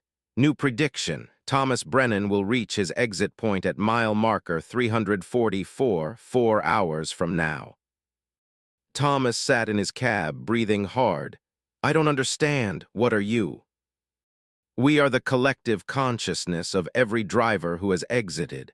We exist at all points on all timelines simultaneously. We see the accidents before they happen because we're experiencing them right now in parallel timelines. We warn when we can. We document when we can't." "That's impossible." "You just witnessed an impossible warning prove accurate. Proceed to mile marker 344. Your next exit point awaits." Thomas wanted to turn around, drive the wrong way, get off the highway entirely. But he had a delivery scheduled in Tennessee, and part of him, the rational part that still functioned, said this was a prank. Some hacker spoofing CB radios, some elaborate hoax. But the Honda had crashed exactly when the voice predicted. Thomas drove south, watching his mile markers count down. 415, 410, 405. Every few miles, the voice returned. "Pickup truck ahead, mile marker 403, will merge without checking blind spot in 30 seconds. Thomas Brennan, reduce speed, avoid left lane." Thomas obeyed. The truck merged blindly, would have clipped Thomas's front end if he'd been there. Construction zone, mile marker 397, unmarked equipment in right lane. Move left. Thomas moved left. An excavator's arm extended into the lane he'd just vacated. Driver fatigue detected. Cortisol levels elevated. Pull over at next rest stop for 15-minute break. How could the voice detect his cortisol levels? But Thomas was exhausted, adrenaline crash from hours of hypervigilance. He pulled over. 15 minutes exactly, then back on the road. The voice was keeping him alive, steering him around dangers. But each warning came with a reminder. Current exit point, mile marker 344, ETA 83 minutes. At mile marker 360, the voice changed. Multiple voices now overlapping. Thomas. Tom. Tommy. His childhood nickname. Only his mother had called him that. She died 3 years ago. Mom, Thomas whispered. We're all here, Thomas. Everyone who's exited. We watch the highways, we try to help. Your exit point is fixed, but you can choose how you reach it. I don't want to reach it at all. Everyone reaches it eventually. But how you exit determines what comes after. Drive with fear, exit in pain. Drive with acceptance, exit in peace. You have 57 minutes to decide. Thomas's hands were shaking so badly he had to pull over again. He sat on the shoulder, hazard lights on, trying to process. The voice claimed to be every dead driver, watching from some higher dimension, calling out warnings, calling out his death. He could refuse, could exit the highway, take back roads. But the voice had been right about everything so far, and if his exit point was fixed, could he even avoid it? Thomas pulled back onto the highway. Mile marker 350. The voice spoke constantly now. Merge right, Thomas. Vehicle ahead losing cargo. Slow down, D. Ebris in road. Change lanes, driver texting. Each warning accurate, each danger real. The voice was keeping him alive up to the point where it said he would die. The irony was suffocating. At mile marker 345, Thomas spoke to the CB. If you're really my mother, tell me something only she would know. Silence for 10 seconds. Then, you were 7. You broke my favorite vase playing ball in the house. You buried the pieces in the backyard. I never told you I knew. I just let you think you got away with it. Thomas's eyes burned with tears. It was true. He'd buried that secret for 30 years. Mom, I don't want to die. I know, baby, but your exit point isn't what you think. Trust me, keep driving. Mile marker 344 approached. Thomas could see it ahead. His entire body was tense. He waited for the tire to blow, the other vehicle to merge into him, the sudden mechanical failure. His foot hovered over the brake. He passed mile marker 344. Nothing happened. Thomas gasped, confused. He checked his mirrors, still alive, still driving. Mom, I passed it. I'm past mile marker 344. Look right, Thomas. Thomas looked, a rest area, small, clean, well lit, and in the parking lot a figure, a woman waving. She had his mother's face. Pull over, baby. Your exit point isn't death, it's choice. You can keep driving the route you're on alone, exhausted, burning out year by year, or you can exit now. Stop driving, go home, spend time with your family, live instead of surviving. Thomas indicated right and took the exit. He pulled into the rest area. The woman walked toward his truck, and as she got closer, he saw it really was her. His mother, solid, real, smiling. He climbed down, and she embraced him. You've been pushing yourself too hard, Tommy. 70-hour weeks. No breaks. No life outside the cab. This was your exit point. The moment you could choose to change before the highway killed you for real. I don't understand, Thomas said. but he was crying now, holding his mother who shouldn't exist. Every driver reaches moments like this, points where they can exit the destructive path. Most don't recognize them. They drive themselves to actual death, heart attacks, crashes from fatigue, suicide from isolation. We call out warnings, trying to guide them to better exit points. You listened. You're here. Now you choose. His mother pulled back and gestured to the rest area. Other figures stood there. Dozens of drivers, all watching, all smiling. We're the ones who exited before it was too late. We watch the highways and call out warnings. You can join us, keep helping other drivers. Or you can go home, live your life, exit the industry while you still can. Either way, you're off the path that ends at mile marker 344, 6 months from now, when your heart would have given out from stress. Thomas looked at his truck. 15 years he'd been driving. It had cost him his marriage, his health, his connection to his kids. For what? Money to pay bills so he could keep driving to make money. "I want to go home," he said. His mother smiled. "Then go. The truck will make it back to the depot on its own. They'll find it. And you'll wake up tomorrow with a choice, keep this life or find a new one." Thomas Morrison climbed back into his cab one last time. He drove the truck to the depot in Tennessee, 3 hours away. He filed his logs, turned in his keys, and walked away, called his ex-wife and asked to see his kids. She said yes, surprised but pleased.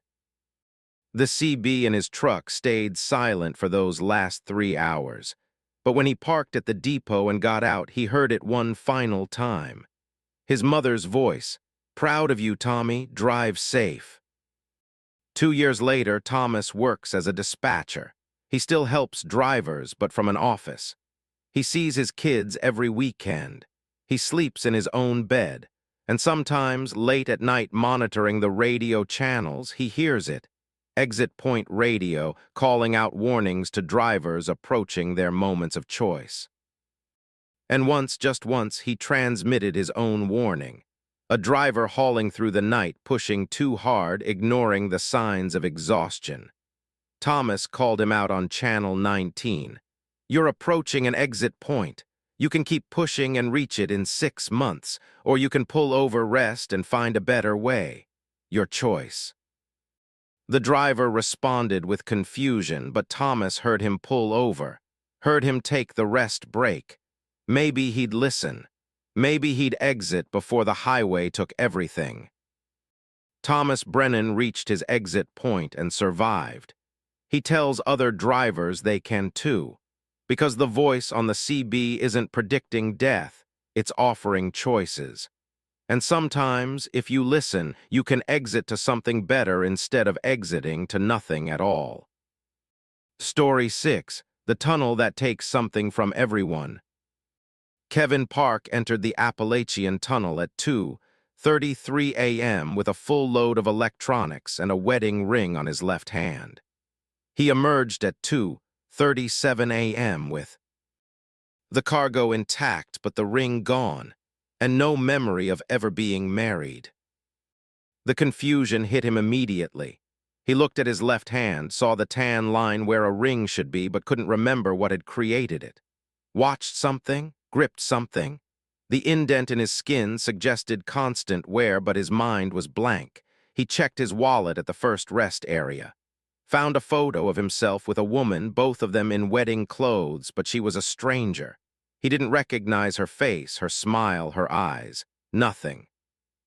Kevin called the number listed as wife in his phone.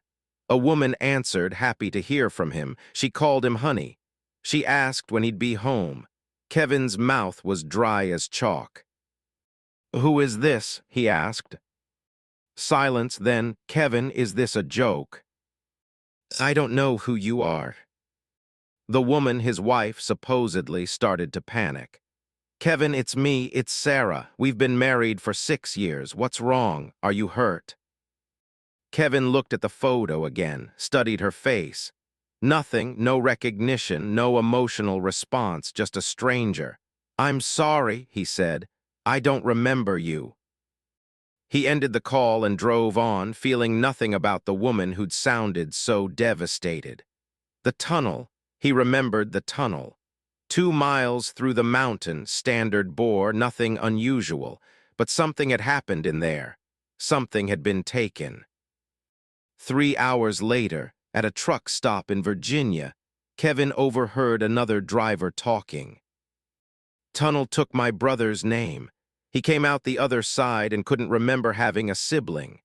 Looked at his phone, saw brother in his contacts, had no idea who it was. 3 months later, and it never came back. Kevin approached the driver. What tunnel? The driver, an older man with a gray beard, looked at Kevin with recognition that bordered on pity. You went through it too, didn't you? I can tell you got that look. What'd it take from you? My wife. I don't remember being married. Damn, that's a big one. The driver gestured to the table and Kevin sat.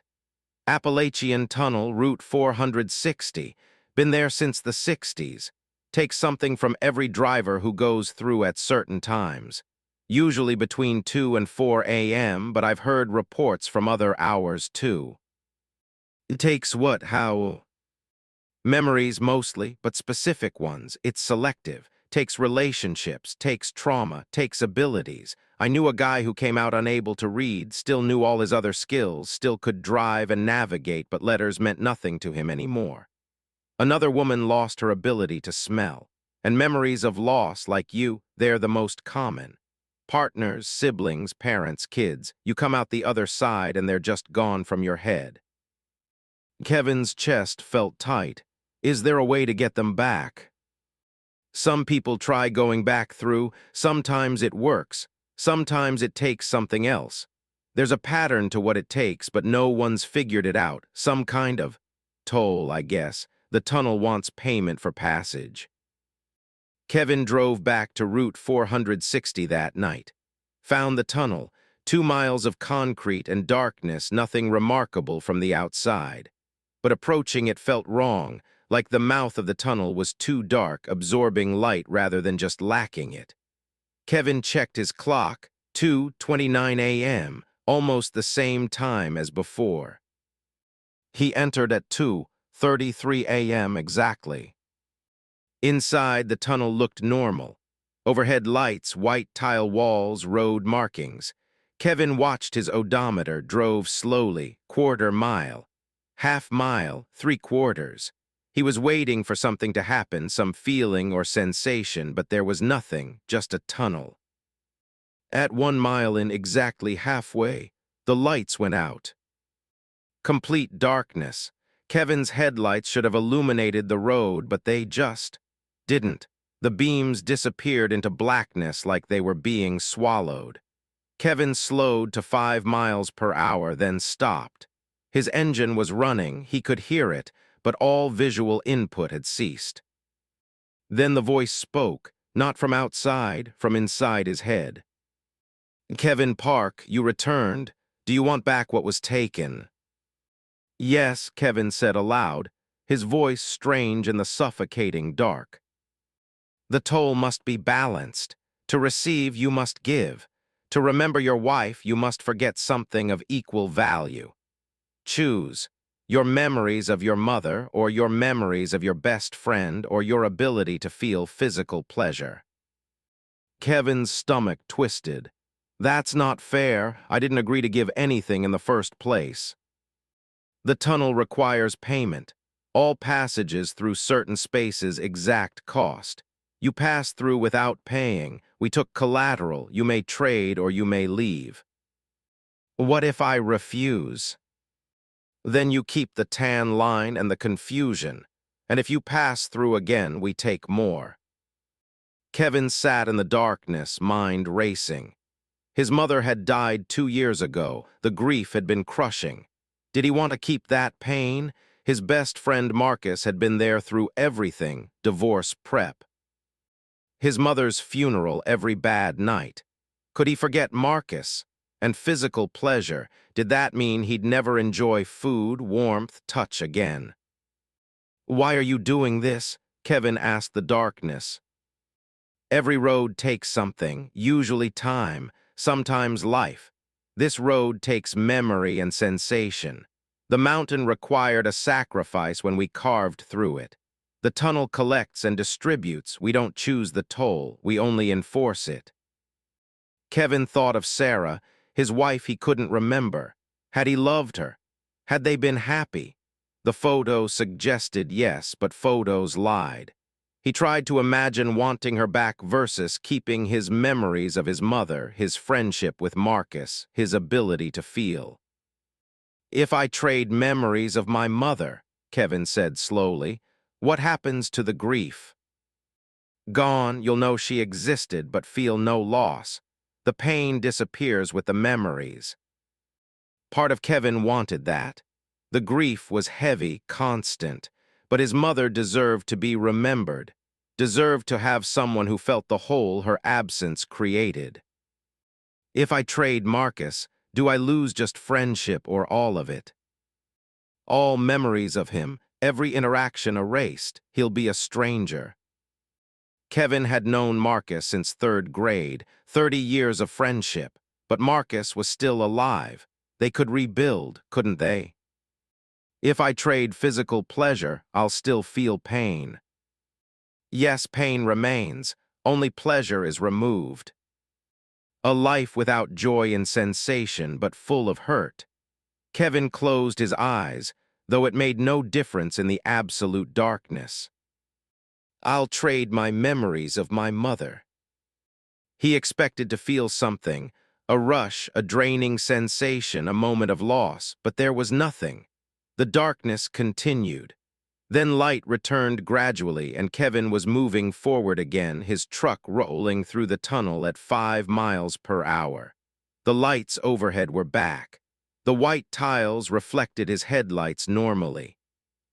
He emerged from the tunnel at 2:41 a.m., pulled over immediately and grabbed his phone, looked at the photo of Sarah, and he knew her. Knew her laugh, her terrible cooking, the way she hummed while cleaning, the scar on her knee from a childhood bike accident. He loved her. He'd been married to her for 6 years, and he loved her. Kevin's hands shook as he called her number. Kevin, she sounded like she'd been crying. Kevin, what happened? You said you didn't know me. I'm sorry, Kevin interrupted. Something happened, I'm okay now, I remember, I love you, I'm so sorry. They talked for an hour. Sarah had been terrified, had been calling hospitals and police. Kevin explained as much as he could, a tunnel missing memories now restored. He didn't mention the cost, didn't mention what he'd traded. Later, at his mother's grave, Kevin stood looking at the headstone. Linda Park, beloved mother and grandmother. He knew the facts. She'd raised him alone after his father left, worked 2 jobs to keep him in school, died of cancer at 63. He knew he should feel grief. But there was nothing, just biographical knowledge, like reading a stranger's obituary. He tried to cry, couldn't, tried to remember her voice. Couldn't. He knew what she'd looked like from photos, but he couldn't recall a single specific memory. First day of school, birthday parties, her final days in the hospital, all gone. The tunnel had taken them cleanly, surgically, left him the facts but removed the experience. And without the experience, there was no grief, no pain, no love. Kevin drove long-haul routes for another year, but he avoided Route 460. He never passed through the Appalachian tunnel again. Other drivers weren't as lucky. He heard stories. A woman who traded her ability to read music, a man who traded memories of his dead son, a driver who traded his sense of taste. All of them had gone back seeking what the tunnel had taken. All of them had paid a second toll. And some of them went back again and again, trading away pieces of themselves, trying to rebalance what had been lost. Kevin told Sarah everything eventually. She held him while he spoke, and when he finished, she asked, "Do you regret it, trading your mother's memory for me?" Kevin looked at his wife, this woman he'd fought to remember, and realized he couldn't answer. because the version of him that had made the choice wasn't entirely him anymore. The tunnel had taken his mother and given back his wife, but in the process, it had changed who Kevin Park was. "I don't regret remembering you," he finally said, "but I can't remember enough of her to know what I lost." They moved away from Virginia, away from Route 460. Kevin took local routes, day shifts, nothing that would bring him near the tunnel. But some nights he'd wake up and know something was missing. Not Sarah, she was there beside him. Not Marcus, they still talked weekly. But something deeper, some core part of himself that the tunnel had taken when it took his mother. And he wondered, had he really made a choice or had the tunnel simply taken what it wanted and made him think he had agency? Did it matter? The result was the same. He was a man with a wife he loved and a mother he couldn't mourn. A man who'd paid a toll he didn't owe for a passage he'd already made. The Appalachian Tunnel still stands, still takes its toll from drivers who pass through at the wrong hours. And some of those drivers go back, trying to negotiate, trying to reclaim what was taken. But the tunnel doesn't negotiate. It only trades, and every trade costs something you can't afford to lose. Kevin Park never went back, but sometimes, driving past the Route 460 exit, he slows down, looks at the sign, wonders what else the tunnel might take if he gave it another chance, what he might trade to feel whole again. Then he speeds up and keeps driving because he knows the truth. The tunnel would take more. It always takes more. And eventually there'd be nothing left to trade. Asterisk Story 7. The Hitchhiker who exists in reverse. Daniel Foster picked up the Hitchhiker at mile marker 78 and dropped him off at mile marker 134.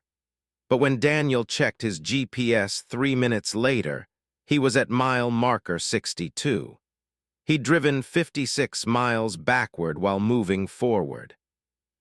The Hitchhiker had looked normal, a man in his 40s, wearing a faded denim jacket and carrying no bags. He'd stood on the shoulder with his thumb out, and Daniel had pulled over because he'd been a hitchhiker once, 20 years ago, and someone had helped him. Paying it forward felt right. "Where you headed?" Daniel had asked as the man climbed in. "Same direction as you. I'll know when to get off."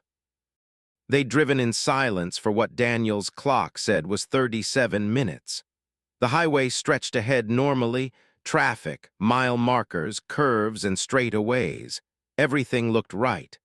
But when the Hitchhiker said, "Here's good," and Daniel pulled over at mile marker 134, something felt wrong. The Hitchhiker climbed out. "Thanks for the ride." He paused, looking at Daniel with eyes that were too old for his face. "You might want to check your position." Then he walked backward down the shoulder. Not moonwalking, not shuffling, literally walking backward, foot over foot, moving away from Daniel's truck while facing it. And as Daniel watched in the mirror, the man didn't get smaller. He stayed the same size, the same distance, even though he was clearly moving. Daniel checked his GPS. Mile marker 62. He pulled up the trip log on his truck's computer. It showed negative miles driven for the last 37 minutes. Negative, like he'd been driving in reverse at highway speed. He grabbed his CB radio. "Anyone else seeing weird mile markers? This is northbound I-77 just past marker 62, anyone?" A response came immediately. "You picked up the backward man, didn't you?" "What? Who is this?" Channel 19's been warning about him for 15 years. Hitchhiker on 77. Gets in your truck, you drive forward, but you end up behind where you started. He moves through time wrong. Daniel's hands were cold despite the summer heat. "That's impossible." "Yeah, but you're at marker 62 when you should be at 134. So tell me which is more impossible, that he exists, or that you drove 56 miles backward." Daniel pulled back onto the highway and drove north, watching the mile markers carefully now. 63, 64, 65. They increased normally. Whatever had happened had stopped, but he'd lost 37 minutes and 56 miles. His delivery schedule was destroyed. At a truck stop near mile marker 98, Daniel found 3 other drivers comparing notes. They'd all picked up the same hitchhiker at different times over the past decade. All experienced the same phenomenon. Drive forward, end up behind, lose time and distance. "He's been at this since at least 2008, said a driver named Ruth. "Always the same stretch of highway, always asks for a ride, always gets out ahead of where you picked him up, but somehow you're behind." "What is he?" Daniel asked. "Best guess, someone who died in a wreck on this highway but died wrong. Died while traveling, so his ghost is stuck traveling but in the wrong direction through time. He experiences the drive backward. To him, we're the ones moving weird." "That doesn't make sense." Ruth shrugged. "Neither does losing 56 miles. Daniel tried to put it out of his mind. Finished his delivery late, ate the penalty fee, moved on to the next job. But 3 weeks later, he was back on I-77 northbound, and there was the Hitchhiker. Same jacket, same thumb out, same spot, mile marker 78. Daniel drove past without stopping, watched in his mirror as the man lowered his thumb and started walking. Backward, away from Daniel's truck, still facing it, moving in reverse but covering ground faster than walking should allow. Within 30 seconds, the hitchhiker had disappeared from view, moving backward faster than Daniel was driving forward. Daniel CB crackled, "The right choice." Different voice this time, female. "Don't pick him up. Every time someone does, the anomaly gets stronger." "What anomaly?" "The backward section. Used to be just him, pick him up, lose some miles, bad luck, but it's spreading. Some stretches of highway are starting to loop back on themselves. You drive forward, but you end up behind where you were. It started with him, but it's growing." Daniel checked his GPS obsessively for the next hour. The mile markers increased normally. 98, 113, 127, 145. Everything fine. He convinced himself it had been a one-time glitch. At mile marker 157, the highway began to repeat. He passed a distinctive overpass, curved and painted green. Mile marker 158, then more road, then the same overpass again. Mile marker 159, more road, same overpass. Mile marker 160. He was passing the same landmark every mile, but the mile markers continued increasing. Daniel pulled over, breathing hard. This wasn't like before. He wasn't jumping backward. He was moving forward through mile markers, but backward through space somehow. The CB crackled again. "You're in the loop, I'm sorry." "What loop? How do I get out?" "The backward section. It's grown to about 30 miles now. You drive through it and you just keep seeing the same things. Eventually you run out of fuel. Eventually you stop. And then you're stuck." Daniel checked his fuel gauge. 3/4 full. Plenty to keep driving. But if what the voice said was true, he'd just be driving in place, making no real progress. "What do I do?" "Find the hitchhiker. He's the center of the anomaly. If you can get him to where he's trying to go, maybe it stops." "Where's he trying to go?" "No one knows. Everyone who picks him up drops him off ahead and ends up behind. He's trying to travel forward but pulls everyone else backward. Find him, talk to him, figure out where he needs to be." Daniel turned his truck around and headed south. Against regulations, against common sense, but he was already in an impossible situation. The mile markers decreased. 160, 159, 158. The green overpass passed 3 times. Everything repeated. At mile marker 147, the hitchhiker stood on the shoulder. Same jacket, same thumb out. Daniel pulled over and opened the passenger door. "Get in, we need to talk." The hitchhiker climbed in. Up close, Daniel could see details he'd missed before. The man's clothes were wrong. The style was from decades ago, maybe the 70s. His shoes were worn, but in a way that suggested hundreds of miles of walking, not normal wear. "I need to go north," the hitchhiker said. "Where north?" "I don't remember. I'm trying to get home. I've been trying for a long time." "How long?" The hitchhiker looked at his hands. "I don't know. The days go backward. I wake up at night and sleep during the day. People move wrong. They talk before I ask questions. They answer before I speak. Everything is reversed." Daniel's chest felt tight. "When did you die?"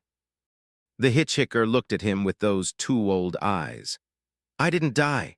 I was driving north and I swerved to avoid a deer and I went off the road. But I didn't crash. I just kept falling.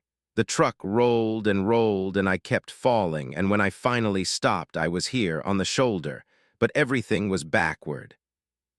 "What year was it?" 1977, September. 46 years. The man had been walking this highway for 46 years, experiencing time in reverse, unable to move forward because he was fundamentally traveling the wrong direction through reality. "What's your name?" Daniel asked. Thomas Welch." Daniel pulled out his phone and searched. Found an article from 1977. "Driver missing after truck found abandoned on I-77. Thomas Welch, 34, last seen September 12th. Vehicle discovered on shoulder, driver's side door open, no sign of foul play. Welch never found." Daniel showed the article to Thomas. The hitchhiker read it slowly. "That's me, but I didn't abandon it. I got out to check the damage, and when I turned around, the truck was gone, just the highway. And I've been walking since, trying to get home." "Where's home?" "Beckley, West Virginia, mile marker 189. They were at mile marker 147, 42 miles south. If Thomas was moving backward through time and space, he'd been walking the wrong direction for 46 years. Daniel made a decision. "I'm taking you to mile marker 189 right now." He put the truck in gear and drove north. Thomas sat quietly watching the world pass. Daniel watched the mile markers, 148, 149, 150. The green overpass passed once, twice, 3 times. They were still in the loop, but Daniel kept driving. At mile marker 161, something changed. The overpass didn't repeat. The highway continued normally, and Daniel realized they'd broken through. The loop had ended. They were making real progress. Thomas looked around, confused. "This is right. This feels right." Mile markers climbed. 165, 172. 183, 189. Daniel pulled over at mile marker 189. A faded exit sign indicated Beckley, 2 miles. Thomas stared at it. "This is it. This is home." He reached for the door handle, then paused. "What happens when I get out?" "I don't know," Daniel admitted. "But you've been trying to reach this point for 46 years. Maybe it's where you need to be." Thomas opened the door and stepped out. He stood on the shoulder, facing Daniel's truck. Then slowly, carefully, he turned around. Turned to face north, the direction he'd been trying to travel. And as he turned, he aged, visibly, rapidly. His face lined, his hair grayed and thinned, his body stooped. 46 years of aging hit him in 15 seconds. By the time he faced fully north, Thomas Welch was an old man, 80 years old, the age he should have been. He took one step forward, a normal step, not backward. He looked down at his feet in wonder, took another step, another, walking forward for the first time in 4 decades. He turned back to Daniel and smiled. "Thank you." His voice was older now, matching his body. "I can move forward again." Thomas walked toward the exit ramp. Each step looked easier, more natural. He crested the rise and disappeared from view, heading toward Beckley, heading home. Daniel sat in his truck for a long time. Then he checked his GPS. Mile marker 189. His trip log showed positive miles. Everything was normal. He never saw Thomas Welch again, but other drivers reported that the loop on I-77 had disappeared. The backward section was gone. The highway ran normal mile markers, increasing properly, no repeats, no anomalies. Daniel Foster drives I-77 regularly now, and every time he passes mile marker 189, he thinks about Thomas. About a man who spent 46 years walking backward through time, trying to get home. About how some journeys take decades because we're moving in the wrong direction. About how sometimes helping someone reach their destination fixes something larger than just their trip. It fixes a crack in the world itself. He doesn't pick up hitchhikers anymore, but he watches for them, because some of them might be travelers like Thomas, moving through time wrong, trying desperately to reach a home they left decades ago. And maybe, just maybe, someone needs to help them turn around and finally move forward. Asterisk Story 8, the way station that measures the wrong thing. Samantha Wright pulled into the Kansas way station hauling 43,000 pounds of steel beams, and the scale registered 0. Not 43,000, 0. The attendant looked at her like she wasn't there. "Next truck," he called out, waving to the vehicle behind her. "Excuse me," Samantha said through her window. "My weight didn't register." The attendant blinked. "What truck?" "This one, right in front of you." Samantha gestured at her Peterbilt, 30 feet of truck and 53 feet of trailer. The attendant's eyes moved past her through her like she was transparent. He spoke into his radio. "No trucks in queue, closing for lunch break." He walked back into the station office without acknowledging Samantha at all. She sat there, engine idling, trying to understand. Another truck pulled in behind her and stopped. The driver, a heavy-set man in his 50s, climbed down and approached her window. "First time at the 0 scale?" he asked. "What?" "This way station, it's not measuring physical weight, it's measuring something else, and apparently you're measuring 0. He didn't look surprised, just resigned. "Welcome to the club." The man introduced himself as Raymond. He led Samantha to park off to the side, away from the scale, and explained over bad coffee from the vending machine. "This station's been here since the 50s, built over something, no one knows what. Old mining operation, maybe, or Native American site. Doesn't matter. What matters is about once a month, for exactly 4 hours, the scale stops measuring truck weight. It measures human weight." "That doesn't make sense," Samantha said. "Not physical weight, spiritual weight, moral weight, whatever you want to call it. The weight of your soul, your guilt, your importance to the universe. And when it measured you, it came up 0. Samantha felt cold. "What does that mean?" "Different things for different people. For some, it means they're innocent, no guilt, no baggage, clean slate. For others, it means they don't matter. They're not significant enough to register. They're weightless." Raymond looked at his coffee. "I register 0 too, have for 3 years now." "Oh, this is insane." Yeah, but you can't leave until it's done measuring. What? Raymond pointed to the exit. Samantha looked. The ramp leading back to the highway was there, clearly visible, but something about it was wrong, like looking at a photograph instead of a real place. Try to drive out, Raymond said. You'll just loop back to the entrance. The station has you until the 4 hours are up. Samantha checked her phone. 11:47 a.m. When did the 4 hours start? 11:45 a.m. They end at 3:45 p.m. We're stuck here until then. Might as well get comfortable. 6 other trucks were parked in the zero zone, as Raymond called it. 6 other drivers who registered no weight on the station's impossible scale. Samantha met them. Gloria, a grandmother hauling produce. Marcus, a young driver on his first cross-country run. Helen, who'd been driving for 30 years. James, who looked hollow-eyed and exhausted. Liu, who spoke little English but understood the situation perfectly.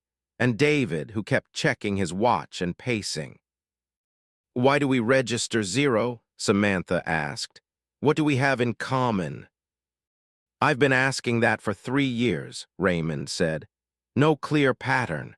Gloria's got grandkids she loves, strong family, but she's zero. Marcus has his whole life ahead, but zero. Helen's got 30 years of experience, but zero. Some of us think it's about guilt. Maybe we've done something that makes us weightless in the cosmic sense. I haven't done anything wrong, Samantha protested. Neither have I, not really, but here we are. At 12:30 p.m., another truck pulled onto the scale. Samantha watched through the window. The attendant, suddenly visible and active again, checked his computer and nodded. 72,000 pounds, overweight, pulled to the side for inspection. That driver had registered. Whatever the scale measured, he had weight. Samantha felt a weird pang of envy. The hours dragged. The zero-weight drivers sat in the break room sharing stories, trying to find the connection. Gloria talked about her family, Marcus about his dreams of owning his own fleet, Helen about her decades on the road. James wouldn't talk much, just sat and stared. At 2:15 p.m., David stood up suddenly. I can't stay here. I have a delivery in 6 hours. He walked to his truck and started the engine. Don't, Raymond called out. You can't leave yet. David ignored him and drove for the exit. His truck approached the ramp, started climbing, and then, like a video looping, appeared at the entrance again, driving in. He tried twice more with the same result. The third time, something different happened. David's truck entered the loop, but David himself appeared in the break room, standing exactly where he'd been before. His truck continued looping, visible through the windows, driving itself in an endless circuit, entrance to scale to exit to entrance. David stared at his hands. What just happened? The station takes something if you fight it, Raymond said quietly. You tried to force your way out. Now your truck is separate from you. David ran outside. His truck was still looping, driverless, and every time it passed through the scale, the readout showed 0.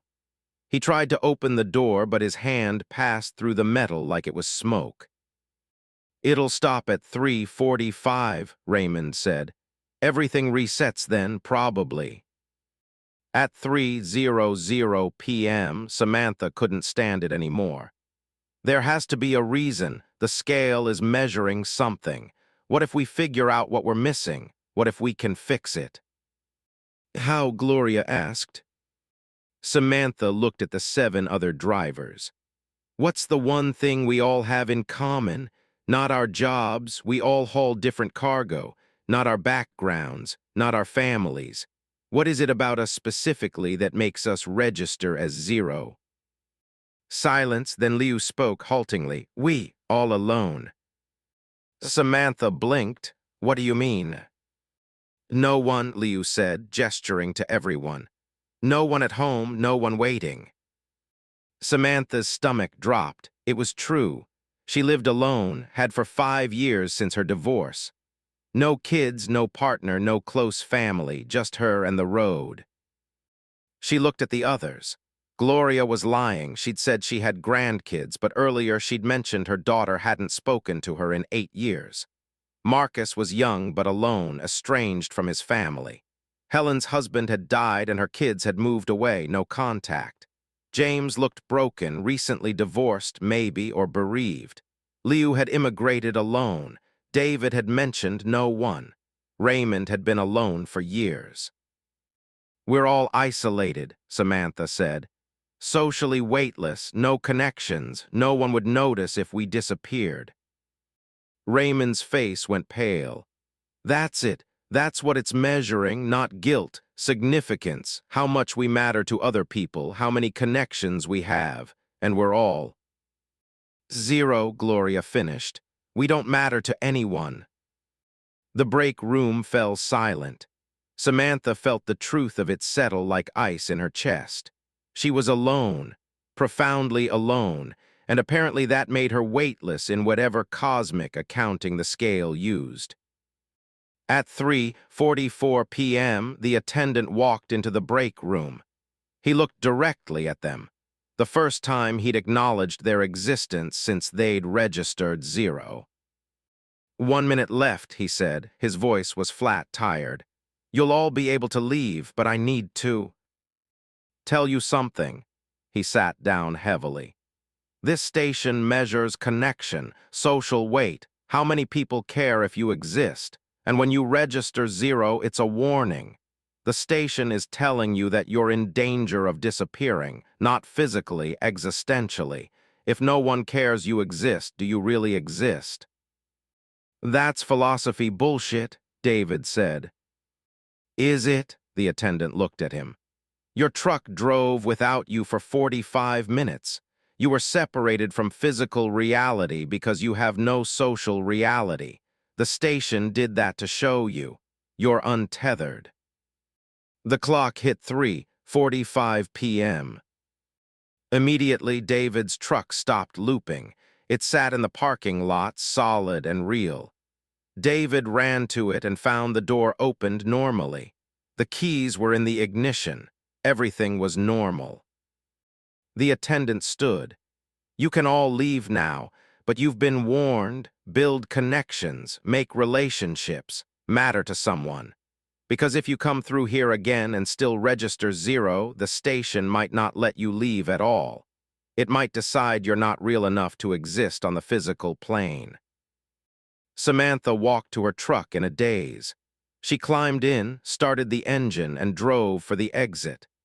This time the ramp was real, solid, leading back to the highway. She merged onto I-70 and drove east, but her mind was racing. She called her sister that night. They hadn't spoken in 2 years after a stupid argument about something Samantha couldn't even remember. The phone rang 4 times. Then her sister answered, surprised and cautious. "Sam, is everything okay?" "Yeah," Samantha said. "I just wanted to talk. It's been too long." They talked for an hour, made plans to meet up next month when Samantha's route took her near home. Over the next weeks, Samantha reached out, old friends, distant relatives. She joined an online community for drivers, started regular check-ins with her dispatcher, actually talking instead of just sending logistics updates, started to build weight. 3 months later, she passed through the same way station. It was 11:50 a.m., close to the time window. She pulled onto the scale, heart racing. The readout showed 43,000 pounds. Physical weight, normal weight. The attendant waved her through without a second glance. Samantha exhaled in relief and drove on. She'd built enough connections to matter again, enough social weight to register as real. But she thought about the others. Raymond, who'd been at 0 for 3 years, Gloria with her estranged family, Marcus starting out alone. Were they building connections, or were they still weightless, at risk of disappearing into the station's cosmic accounting system? Samantha started a blog for isolated drivers, shared her story, changed the details, but kept the truth. "You matter," she wrote. "Even if you're alone, even if you feel disconnected, you matter. Build your weight, connect, exist fully." She got messages from other drivers. Some had experienced the zero scale. Some were just lonely. She responded to all of them, created weight for them, and in doing so, created more weight for herself. The Kansas Way station still operates, still measures the wrong thing for 4 hours a month.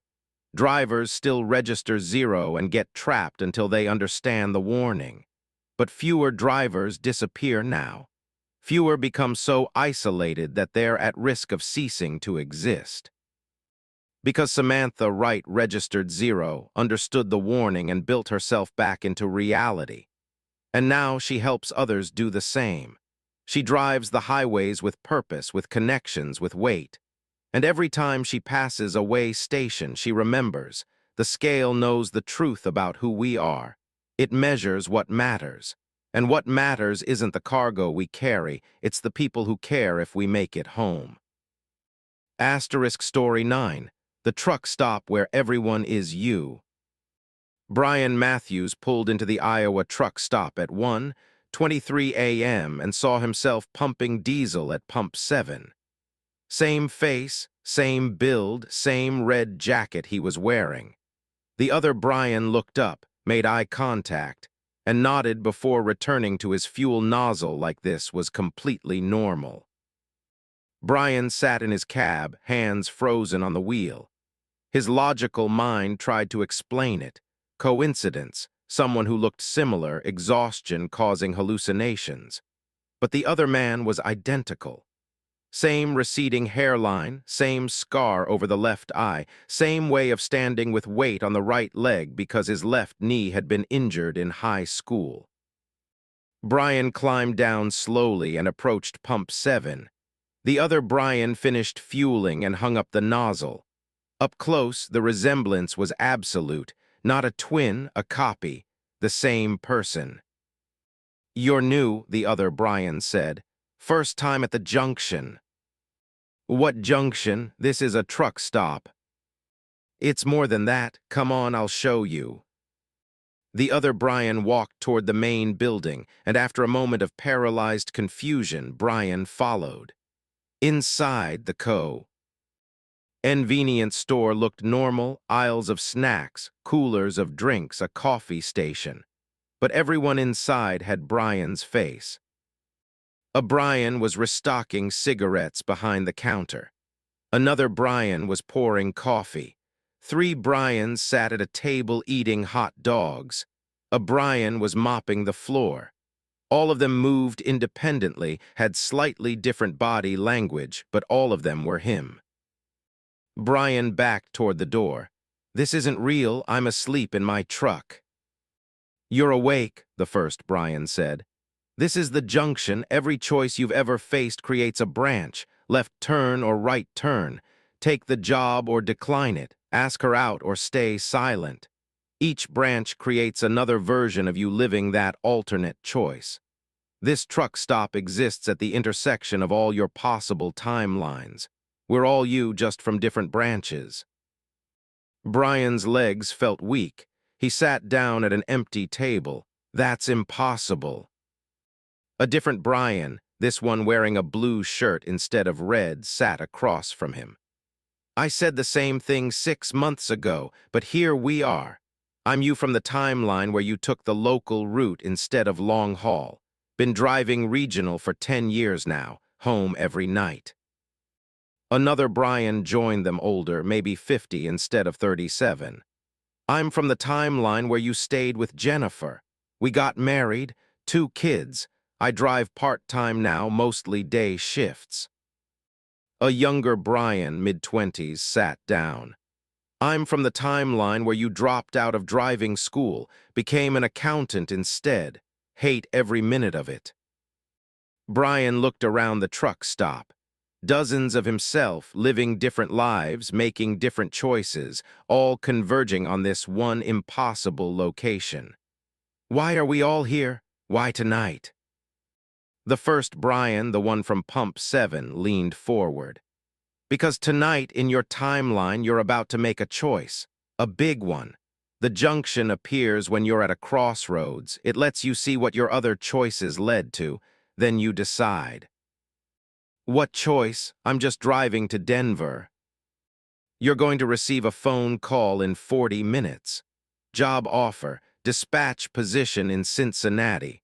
Off the road, regular hours, more money. In your timeline, you're conflicted. Part of you wants to take it. Part of you wants to keep driving. How do you know that? Because I'm you from the timeline where you took the dispatch job. The first Brian pulled out a phone and showed photos. Brian himself, sitting in an office, older, heavier, wearing a polo shirt with a company logo. This is me 5 years from now if you take the offer. Brian stared at the photos. It was definitely him. Older, but him. Talk to the others, the first Brian said. See where different choices led. Then when you get the call, you'll know what to choose. For the next hour, Brian talked to himself. He met the Brian who'd taken the dispatch job, comfortable, stable, but restless. Met the Brian who'd stayed driving, free, independent, but lonely. Met the Brian who'd married Jennifer, happy family, but divorced after 15 years. Met the Brian who'd never married, solitary, but content. He met Brians who'd made terrible choices. One who'd gotten into drugs after a back injury. One who'd embezzled from a company and served time. One who'd caused a fatal accident and carried the guilt like a stone. And he met Brians who'd made amazing choices. One who'd started his own company and employed 50 drivers. One who'd written a book about life on the road. One who'd retired early and traveled the world. Every possible version of himself, all showing him what his choices could lead to. At 2:13 a.m., Brian's phone rang, exactly as predicted. Cincinnati dispatch, job offer, good salary, immediate start date. Brian looked around the truck stop at all his other selves. They watched him waiting. "Can I call you back?" Brian said into the phone. "I need to think about it." He ended the call and sat at a table. The first Brian sat across from him. "What did you choose?" Brian asked. "In your timeline, did you take the dispatch job?" "Yes, and it was fine, not great, not terrible, just fine, I'm comfortable, but I miss the road, miss the freedom." The first Brian looked at his hands. "I can't undo my choice, but you can make yours." "What if I choose wrong?" "There's no wrong, just different. Every choice leads somewhere. Some places are better, some worse, but all of them are valid timelines." Brian thought for a long time. Then he called the dispatcher back, made his choice. The details don't matter. What matters is that he chose consciously, fully aware of the possible outcomes. As soon as he ended the call, the truck stop began to fade. The other Brians became translucent. The first Brian smiled. "Good luck, live your choice fully." The building dissolved around him, and Brian found himself sitting in his truck in the parking lot. The clock read 1:24 a.m., 1 minute after he'd first seen the other Brian at the fuel pump. The entire experience had taken place in a single minute. But when Brian walked into the truck stop, it was just a normal convenience store. One clerk, a few customers, none of them him. No junction, no alternate selves. Brian got his coffee and a sandwich and sat in his truck trying to understand. Had it been real? A hallucination? Something in between? His phone still showed the call from Cincinnati, still showed his response. That was real. The choice was real. Whatever else had happened, he'd made his decision. Brian Matthews drives the highways still, living out the timeline he chose that night in Iowa. He doesn't know if the junction was real or if his exhausted mind created a vivid metaphor to help him make a hard choice. But he knows this. Sometimes at night, when he's alone on empty highways, he catches glimpses of other trucks that look like his, other drivers who look like him, living their parallel choices, driving their parallel routes. And once at a rest area in Nebraska, he met another driver who looked almost exactly like him. Not quite identical, slightly different age, different clothes, but close enough to be unsettling. They nodded to each other without speaking, then went their separate ways. Brian wonders sometimes if that was another version of himself from another timeline, another choice. He wonders if all the Brians are still out there somewhere, living their different lives, occasionally brushing against each other at the intersections of possibility. He hopes they're doing well, hopes they're happy with their choices. Because at the end of the day, that's all any of them can do, make the best choice they can with the information they have, and live with the results. The junction hasn't appeared to Brian again. Maybe it only shows up once per person at their most critical crossroads. Or maybe he hasn't reached another choice important enough to warrant a reunion with all his possible selves. Either way, Brian drives forward on the timeline he chose, hauling cargo across America, living the life that the junction showed him was possible. And every time he makes a new choice, small or large, he thinks about all the other Brians making different choices, branching off into new timelines, creating new versions of the same person. It's comforting in a way, knowing that even if he makes a mistake, some other version of him probably made the right choice. And somewhere in some timeline, there's a Brian Matthews living the best possible life. He hopes that Brian is happy, and he hopes that in his own timeline he's making choices that lead to happiness too. Because that's what the junction taught him. There's no single right path, just many paths all leading somewhere. And the best thing you can do is choose consciously, walk your path fully, and trust that wherever you end up is exactly where some version of you was always meant to be. Asterisk Story 10, The Final Delivery That Never Ends. Catherine Reynolds accepted a delivery contract with no pickup address and no delivery destination.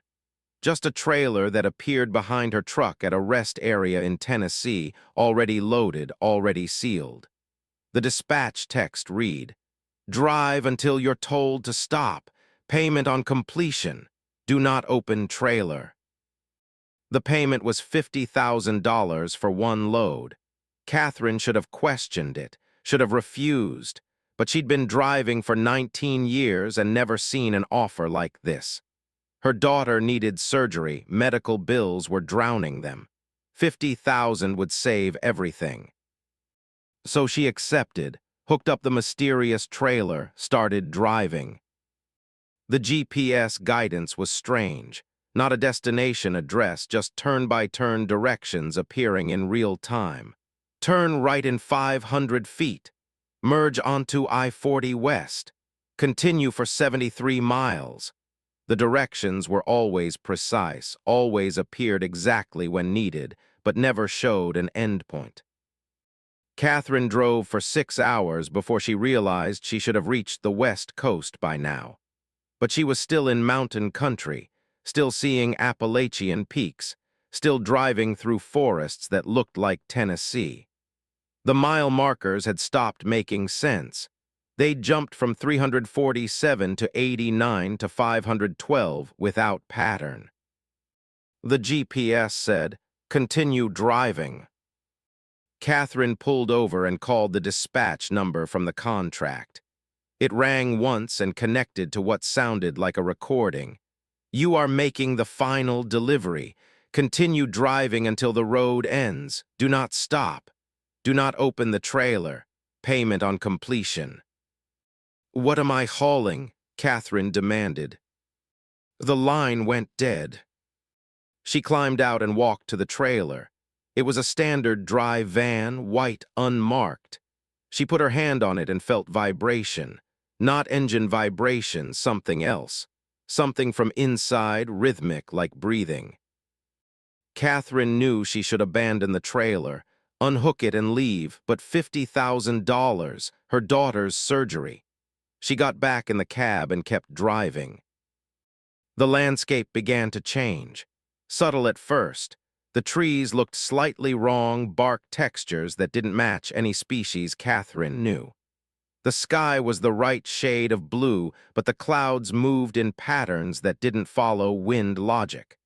Road signs appeared in languages she didn't recognize, though the Latin alphabet was familiar enough. The GPS said, "Continue driving, 427 miles remaining."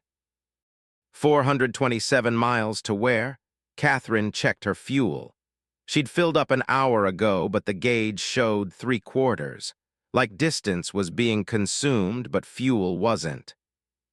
At what the clock said was hour 14, Catherine passed another truck heading the opposite direction. The driver looked exhausted, hollow-eyed, and as they passed, he held up a sign, "Turn back." Catherine's CB radio crackled. "This is southbound warning northbound. Turn around. Don't make the final delivery." Catherine grabbed the mic. "What is it? What am I hauling?" "The end. You're hauling the end of the road. When you deliver it, that's where reality stops. Turn around before you reach it." The CB went silent. Catherine tried to respond, but got only static. She drove for another 3 hours. The landscape became increasingly wrong. The trees were now geometrically perfect, evenly spaced, identical heights. The mountains looked like photographs pasted onto a backdrop. The road itself remained normal, asphalt, yellow and white lines, but everything around it was becoming less real. At hour 20, Catherine's phone rang. Her daughter. "Mom, where are you? The hospital called. They need the surgery payment by tomorrow or they'll cancel." "I'm working, baby. I'll have the money, I promise." "Mom, are you okay? You sound far away." Catherine looked out at the geometric trees and the pasted mountains. "I'm very far away, but I'm coming back. I love you." "I love you too." The call ended and Catherine realized she didn't know if she could go back. The road had been changing behind her. She'd checked the mirrors. The asphalt looked less solid, like it was fading into gray nothingness. The GPS said, "Continue driving, 89 miles remaining." The sky began to darken, but not with night, with absence. Like the color was being drained away, leaving a gray void that pressed down from above. Stars appeared, but they were wrong, too regular, arranged in grid patterns instead of random scatter. At hour 28, Catherine saw the other trucks. They lined the shoulder on both sides, dozens of semis, all different makes and models, all parked, all dark. Catherine slowed and pulled alongside one. The cab was empty. She checked another. Empty, all of them empty. Drivers who'd taken the final delivery contract and abandoned their trucks here at the edge of wherever here was. The GPS said, "Continue driving, 12 miles remaining." Catherine's hands shook on the wheel. Every instinct screamed at her to stop, unhook the trailer, run. But $50,000, her daughter's surgery, she'd come this far. She drove on, the abandoned trucks ended and the road narrowed. 4 lanes became 2, 2 lanes became 1. The shoulder disappeared. Mountains closed in on both sides, but they weren't real mountains. They were walls, flat and gray, rising infinitely high. At hour 31, the road ended. Not a dead end, just an ending. The asphalt simply stopped, and beyond it was nothing, not darkness, not void, nothing. An absence of existence that Catherine's eyes couldn't process. Looking at it made her head hurt, made her stomach churn. The GPS said, You have arrived, unhook trailer, leave it at the edge. Return to pickup point for payment. Catherine climbed out of her cab on legs that barely supported her weight. The air smelled like ozone and dust and something else, like the smell after a fire but without the burning. She walked to the trailer hookup and began disconnecting. Her hands moved mechanically through familiar motions. Release the glad hands, disconnect the electrical, unhook the fifth wheel latch. The trailer settled on its landing gear. Catherine stepped back. The trailer sat at the edge of nothing, its rear doors facing the void. Then the doors opened on their own. Light poured out, not normal light, light that had color and texture and weight. It flowed from the trailer like liquid, spilling onto the road, spreading toward the nothing. Where the light touched the void, reality formed. Road extended. Sky appeared, trees grew in fast motion. Catherine understood then. She wasn't hauling cargo to the end of reality. She was hauling reality to the end of the road. The trailer contained existence itself, and by delivering it here, she was extending the world, creating new space where there had been nothing. The light continued flowing. A mile of new road formed. 2 miles. 5 miles. The trailer was impossibly large inside, containing more reality than should fit. Trees, mountains, sky, clouds, all of it poured out and solidified extent. The world forward into the nothing. Behind Catherine, her truck's GPS chimed. Delivery complete. Return for payment. Catherine ran to her cab and started the engine. She turned around. The road behind her was solid now, real, leading back the way she'd come. She drove fast, retracing her route, watching the mile markers count backward. The landscape returned to normal gradually. Fake-looking mountains became real mountains. Geometric trees became organic forests.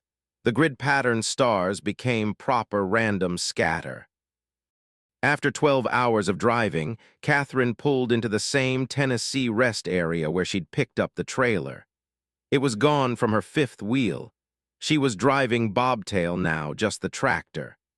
Her phone showed 37 missed calls and dozens of texts, all from the last 2 days. 2 days. She'd been gone 2 days, though it had felt like longer. Her bank account showed a deposit, $50,000 exactly. The transaction description read, Reality Extension Services Final Delivery Completion. Catherine called her daughter, paid for the surgery, told her she'd been out of service area, phone problems, nothing to worry about. But Catherine worried. She'd extended reality, created new space in the universe, and someone was paying drivers $50,000 per load to do it. How many loads? How many drivers? How much new reality was being created and why? She never got answers. The dispatch number stopped working. The contract vanished from her phone's records. But sometimes late at night, Catherine gets a text. New delivery available. Payment $50K, accept. She always declines. Once was enough. Once showed her what exists at the edge of everything, nothing, until someone delivers reality to fill it. Other drivers aren't so cautious. Catherine hears rumors. Trucks taking mysterious contracts, disappearing for days, returning with blank expressions and full bank accounts. The world is growing, expanding into the nothing, one trailer load of reality at a time. And somewhere something is paying for it. Something that needs reality extended, space created, existence expanded. Catherine doesn't know what it is or why it's doing it. She just knows she helped it once, delivered the building blocks of existence to the end of the road. She drives normal routes now. Normal cargo, normal destinations, normal pay. But every time she reaches a dead-end road or a highway that stops in the middle of nowhere, Catherine wonders, did another driver just make a delivery here? Did this road not exist last week? Is the world bigger today than it was yesterday? The answers terrify her, so she doesn't ask. Just drives forward on roads that might be older than last Tuesday, hauling cargo that definitely exists to destinations that were definitely there before she left. Because Catherine Reynolds saw the edge of reality and learned the truth. Someone is building the world, one delivery at a time. And truck drivers are the construction crew, hauling existence itself to the frontiers of nothing, filling in the gaps, making room for whatever comes next. She hopes it's something good, but she suspects it's just more nothing waiting to be filled, forever.